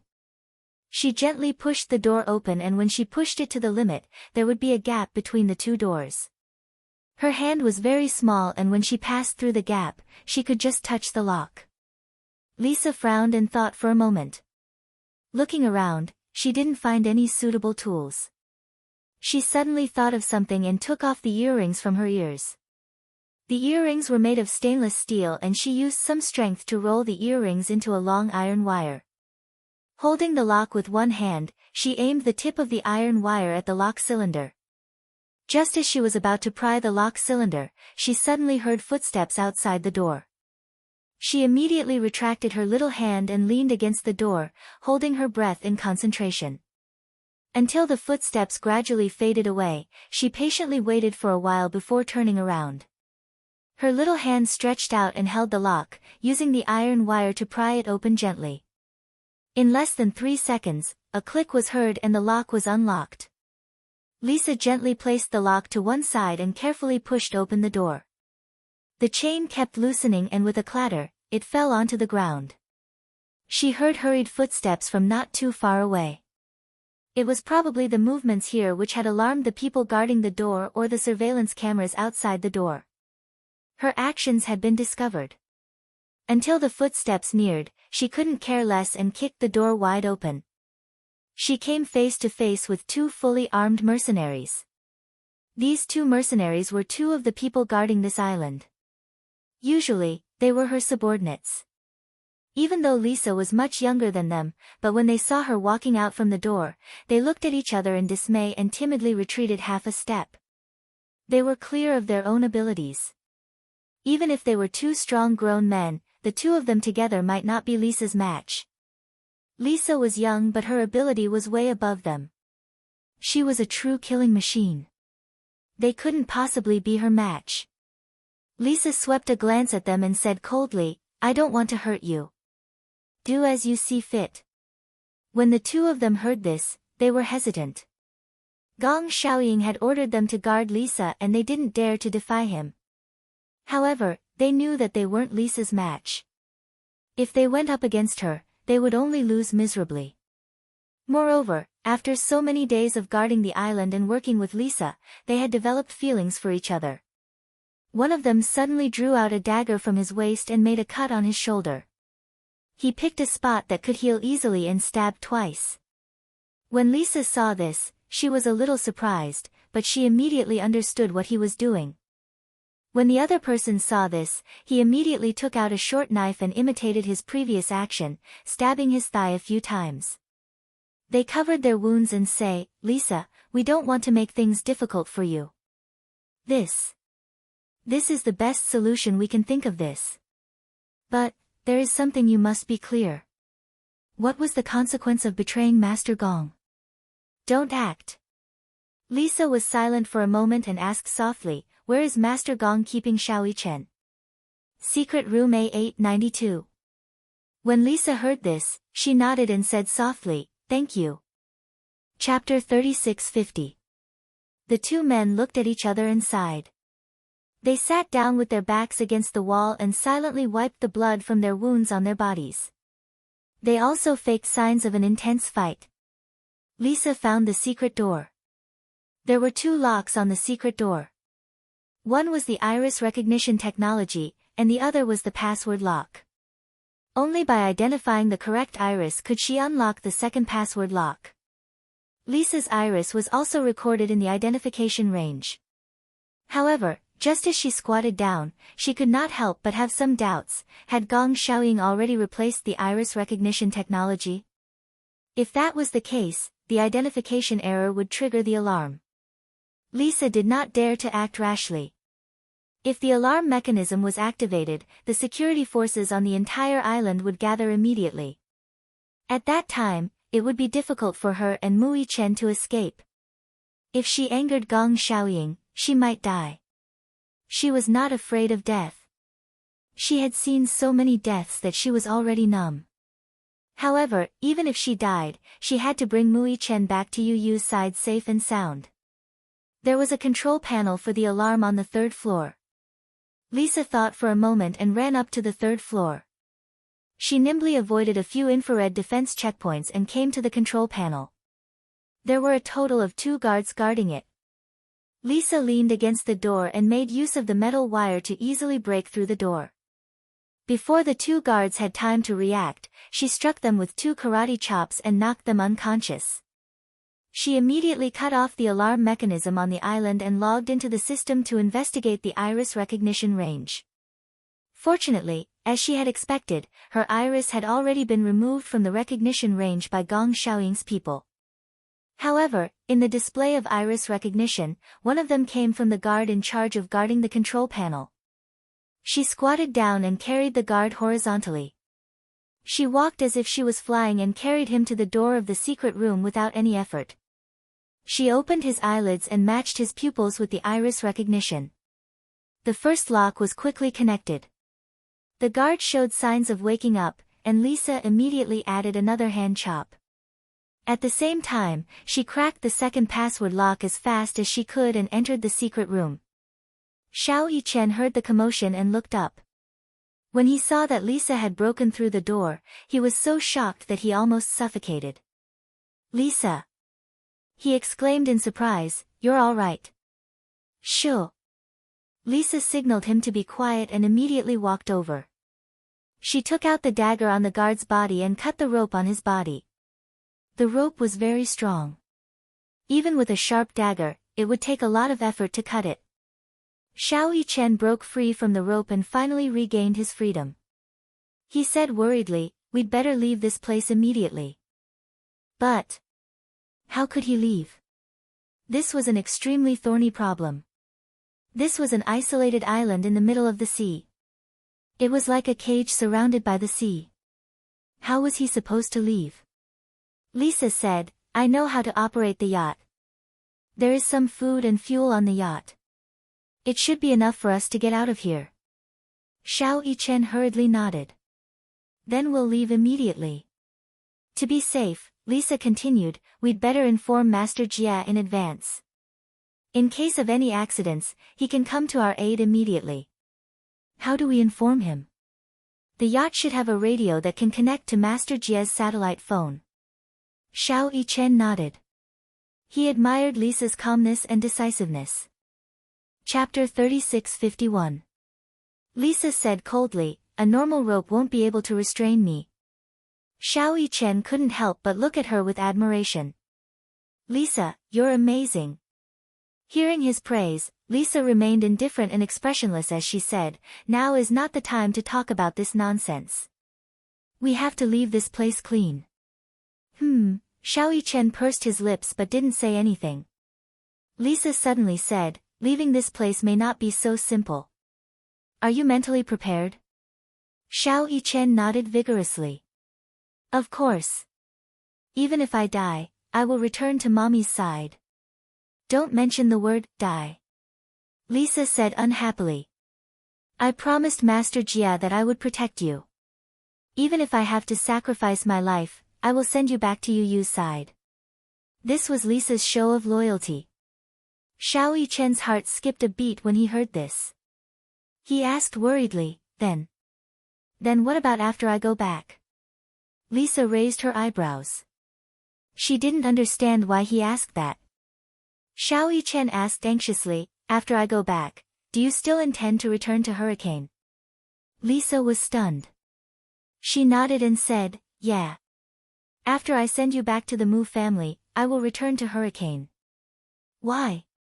Xiao Yichen was puzzled. "Isn't your master Yu Yu? Shouldn't you stay by his side and be loyal to him? Why do you have to come back? If you come back, That gong Xiaoying. Lisa said solemnly, Hurricane was the place I was loyal to. I betrayed Hurricane and should be punished. I won't run away. Xiao Yichen widened his eyes in shock. Suddenly, he hugged her tightly and said in a trembling voice, No. Lisa was shocked and instinctively wanted to push him away. However, Xiao Yichen hugged her tightly and refused to let go. She said angrily, What are you doing? Lisa. Don't come back. If you come back, Hurricane will kill you. I don't want you to die. Lisa initially tried to push Xiao Yichen away, but when she heard what he said, she was stunned for a long time. She was stunned by his words. I don't want you to die. You. What are you doing? Lisa, when I return to the Mu family, can you stay with me? Since you are Yu Yu's bodyguard, then stay by his side. Shut up. Lisa shouted, You're not my master, what right do you have to give me orders? Command? Xiao Yichen was stunned and didn't say anything. How could she say that he was giving her orders? Xiao Yichen suddenly said angrily, Lisa, you're not a machine or an animal. What right do you have to follow someone else's orders? You're not a machine or an animal. What right do you have to follow someone else's orders? In the past, no one had ever said that to her. You also have a life. You can also have your own personal will. Why do you have to follow someone else's orders? Even Yu has never ordered you around like a machine. Why do you think so lowly of yourself? What betrayal! Hurricane has always been using you. Why are you willing to be used by others? Why are you willing to be used by others? Chapter 36:52. Lisa suddenly smiled bitterly. She said indifferently, I was born to be a killing machine. My life has never been in my control. That's why I don't have a will. Xiao Yichen asked anxiously, how can that be? Don't you have a dream? Have you never thought about what your life will be like? My life? You'll grow up. When you grow up, you'll be like my mommy. You'll have a job that you'll be satisfied with. Maybe you'll even find a man you love and have children with him. Have you never thought about these? When Lisa heard this, she couldn't help but feel a little dazed. She shook her head sincerely without any expression on her face. I've never thought about it. She had also fantasized about her future. Perhaps she would lose her life in order to protect her master. Perhaps she would kill countless people in order to complete her mission. She had also thought about what would happen if she left Hurricane one day. However, she didn't know what her fate would be if she left Hurricane. For as long as she could remember, she had been treated like a killing machine. To her, human lives were just cold numbers without any warmth. She was already numb to it. She even thought that life was just like that. To kill and to be killed. To live and to die. It was just a matter of a single thought. Perhaps her life would come to an abrupt end at that moment. Xiao Yichen said indignantly, life can be beautiful. Lisa, give up on Hurricane. Stay with us, Lisa fell into a state of hesitation. While she was deep in thought, she suddenly heard some strange movements outside the door. She immediately regained her senses and held his shoulder. Now's not the time to talk about this. Let's get out of here. Okay. Xiao Yichen immediately stood up as well. However, he had already made up his mind. No matter what, he would not let Lisa return to Hurricane. Xiao Yichen was walking towards the door when Lisa turned around and suddenly shouted, Wait. Don't rush out. What's wrong? Come here. Lisa walked to the front of a secret door. She reached out her hand and gently pressed on an area. She heard the sound of machinery operating and the faint sound of gears churning. Then, a large part of the originally bare wall caved in. Then, a row of weapon racks slowly rose from the bottom, displaying all kinds of weapons. There were submachine guns, sniper rifles, grenades, flash bombs, and some melee weapons. Lisa walked to the weapon rack and pinned a defensive master and a desert eagle to her waist with an expressionless face. Xiao Yichen walked over as well. He casually picked up a Nepalese army knife and slung an entire magazine over his back. He then picked up a revolver and an M4A1, only to see that Lisa had already slung an AK-47 over her shoulder. So valiant. The recoil of the AK-47 was very strong. He still found it hard to believe that Lisa, who was so thin and weak, could handle a gun with such a strong recoil. Lisa realized that Xiao Yichen was secretly looking at her. She said coldly, "What are you looking at? Do you have to use such a valiant gun?" Lisa ignored him and took out a few more grenades and stun grenades and buckled them on her waist belt. She asked, "Are you ready?" Xiao Yichen nodded. "Don't you need a bulletproof vest?" "No." Chapter 3653. Bullets at close range could even penetrate a wall, let alone a bulletproof vest. Hence, no matter how tough a bulletproof vest was, it would be useless in front of these bullets. Lisa had never used a bulletproof vest. To her, life and death depended on who had the most accurate, stable, and fast marksmanship. Whoever killed first would be the first to die. Lisa was also taking a gamble. Would Gong Xiaoying's men really shoot Xiao Yichen? Gong Xiaoying had always been cold and ruthless. Even a vicious tiger would not eat its cubs. No matter what, he would not shoot his own grandson, right? Lisa handed Xiao Yichen a pair of goggles and said to him, "Put this on." "Why?" Lisa said, "It's to prevent flashbangs." Xiao Yichen put on the goggles. Lisa said to Xiao Yichen, "Let's go." Xiao Yichen nodded. Xiao Yichen was a little surprised as he followed behind Lisa. He had seen many tough guys in the special training camp, but he had never seen a girl like Lisa. She was so young, but she was so courageous. She was simply cool. Xiao Yichen could not help but look at her with admiration, just like a little fan. Lisa shouted, "What are you waiting for?" With the AK-47 in her arms, she walked to the door, raised her leg, and kicked the door wide open. As the door opened, she casually threw out a flash grenade. With a strange sound, the grenade exploded. Alas, Lisa and Little Yichen had put on protective goggles beforehand, so they only saw white for a brief moment before regaining their vision. Lisa glanced around. As expected, the door was surrounded by fully armed mercenaries. Following the explosion of the flashbang, everyone's vision was damaged and they crouched down with their guns. Lisa smiled coldly and said calmly, "We've worked together for so many years. I don't want to hurt you. Now, I'm leaving with my men. If you dare to stop me, don't blame me for disregarding our friendship. Lisa, we have received orders from Master Gong to not let you take him away." "I don't care." Lisa said expressionlessly, "I'll shoot whoever dares to stop me." Everyone was silent. One of them said, "Lisa, you should know us." Gong Ye's order was the highest order. Even if he had to go through water and tread on fire, he would not hesitate.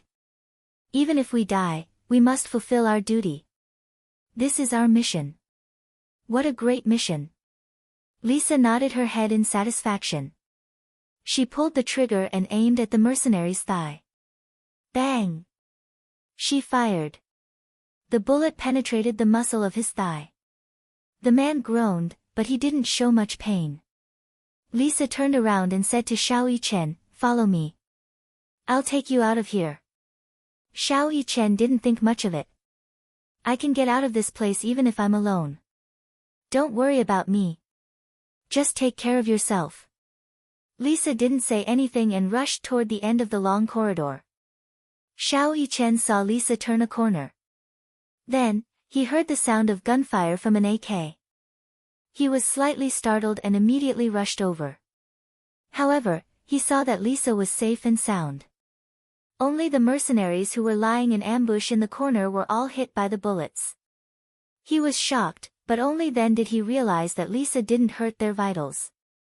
She only shot them in the arms.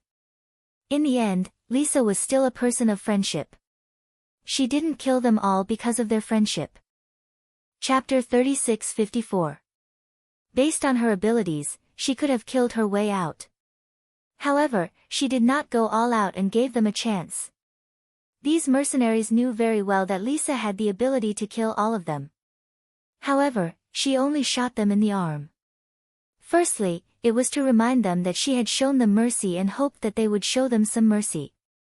Secondly, she did it so that they could give Gong Xiaoying an explanation. Xiao Yichen followed Lisa to a corner and reloaded his gun.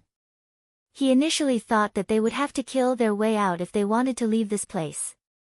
However, he was shocked to find that the mercenaries did not make things difficult for them along the way. Lisa took the initiative to shoot at them. The mercenaries who were shot in the arm immediately fell to the ground and did not move an inch. The wounds on their arms were only minor injuries to them and did not affect their ability to fight. However, they did this because they did not have the heart to kill Lisa. There were so many of them. Could it be that they could not stop the two children, Lisa and Xiao Yichen? Impossible. No one dared to shoot at Xiao Yichen. No one had the heart to shoot at Lisa. Lisa was also shocked that no one made things difficult for them. She was still in disbelief when they were about to reach the harbor. The yacht is over there. Xiao Yichen pointed at the white yacht that was docked at the harbor and exclaimed in surprise. Lisa immediately said, "Quick, get on the yacht first." Xiao Yichen nodded and immediately ran toward the yacht. Lisa followed behind him and looked around. Suddenly, she saw a few barrels of gasoline neatly stacked at the gate.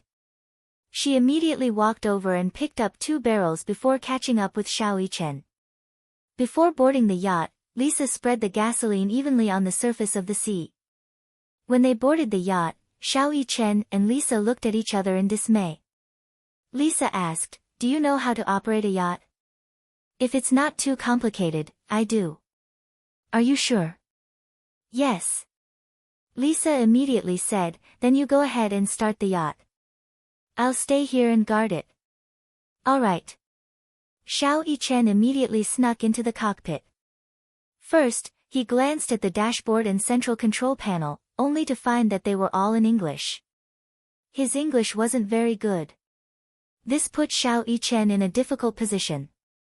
After trying for a long time, he still couldn't figure it out. However, he was now very far away from Lisa's position. Running to her for help would waste a lot of time. If Gong Xiaoying's men came after them, they would be in danger. Xiao Yichen braced himself and stared at the colorful buttons with a bitter look on his face. Although his English wasn't particularly good, he could at least recognize a few English words. Relying on his basic vocabulary, he finally understood the starting mechanism. First, he turned the key, pressed the button, adjusted the gear, lowered the lever, and set the route. He felt the yacht shake as it started moving. Success! Xiao Yichen was pleasantly surprised. After a round of debugging, he was already drenched in cold sweat. Finally, it was activated. "I'm going home." Xiao Yichen's heart was filled with countless emotions. He could finally go home. He could see Mommy, Daddy, Yueyao, and Yu again, his family, whom he missed day and night. Chapter 36:55. Lisa was holding the gun when she heard Xiao Yichen's voice coming from the loudspeaker. She turned her head in surprise and looked up at the loudspeaker. However, she heard Xiao Yichen's excited voice again. "Lisa. Let's go, I'll take you home." When Lisa heard this, her heart felt warm, as if countless warm currents had surged into her body. Finally, a crack appeared on her usually cold face. She gently tugged at the corners of her lips and felt happy from the bottom of her heart. Xiao Yichen said, "We can go home now." He even said, "Lisa, let's go, I'll take you home." He used the word, "we." He said he would take her home. It gave her the illusion that she, too, had a home. "Okay, let's go home." She said that. Even though she knew that Xiao Yichen wouldn't be able to hear her since there were no sensors or pagers. The yacht started moving slowly and gradually left the harbor. Lisa saw that the main force was chasing in the direction of the port. She immediately aimed at the spot where the gasoline had been spilled and fired a bullet at the sea. With a boom, the bullet ignited the gasoline. Half of the sea immediately erupted into a volcanic sea of fire, isolating the main force from the main force. They couldn't get close. Lisa returned to the cabin and walked to the cockpit. She saw Xiao Yichen holding the steering wheel and focusing on driving according to the route. She was a little surprised. You really know how to drive a yacht? Yeah, I've driven one before. Other than especially complicated fighter jets, he knew how to drive tanks on land, yachts in the sea, and small helicopters in the sky. Lisa was a little surprised. She hadn't expected this little guy to be so capable. She went back to the storage room and carefully took stock of the gasoline, food, and water. She calculated that the food and mineral water reserves were enough to last them for more than a month at sea. It was more than enough. She passed the water and food to Xiao Yichen and said to him, "Eat something and drink some water first." As she spoke, she pushed little Yichen to the side, took over the steering wheel from him, and started operating the car. Xiao Yichen asked nervously, "Do you know how to drive a yacht?" Lisa turned around and said disdainfully, "I'm different from you. It's a fighter jet. I've seen it before." Lisa said, "Eat something first." "What about you? Have you eaten yet?" "I've already eaten." Xiao Yichen sat at the side, hugged the bread and mineral water, and wolfed them down. He was so hungry that he didn't care about his table manners. He devoured the bread and water like a whirlwind. After he finished eating, he didn't forget to suck on each of his fingers, not letting go of a single crumb. Lisa was frightened by his shocking table manners. "Are you that hungry? We can't waste it." Xiao Yichen licked his fingers and asked curiously, "I don't know if there's enough food on the yacht." "Don't worry, a month won't be a problem." When Xiao Yichen heard this, he couldn't help but feel suspicious. "Are you sure you're calculating based on my appetite?" Lisa was speechless. "I have to eat at least 4 pieces of bread a day. That's the standard. Are you a pig? How can you eat so much?" Lisa snorted and said, "There's a lot of compressed energy biscuits on the yacht. It's enough for you."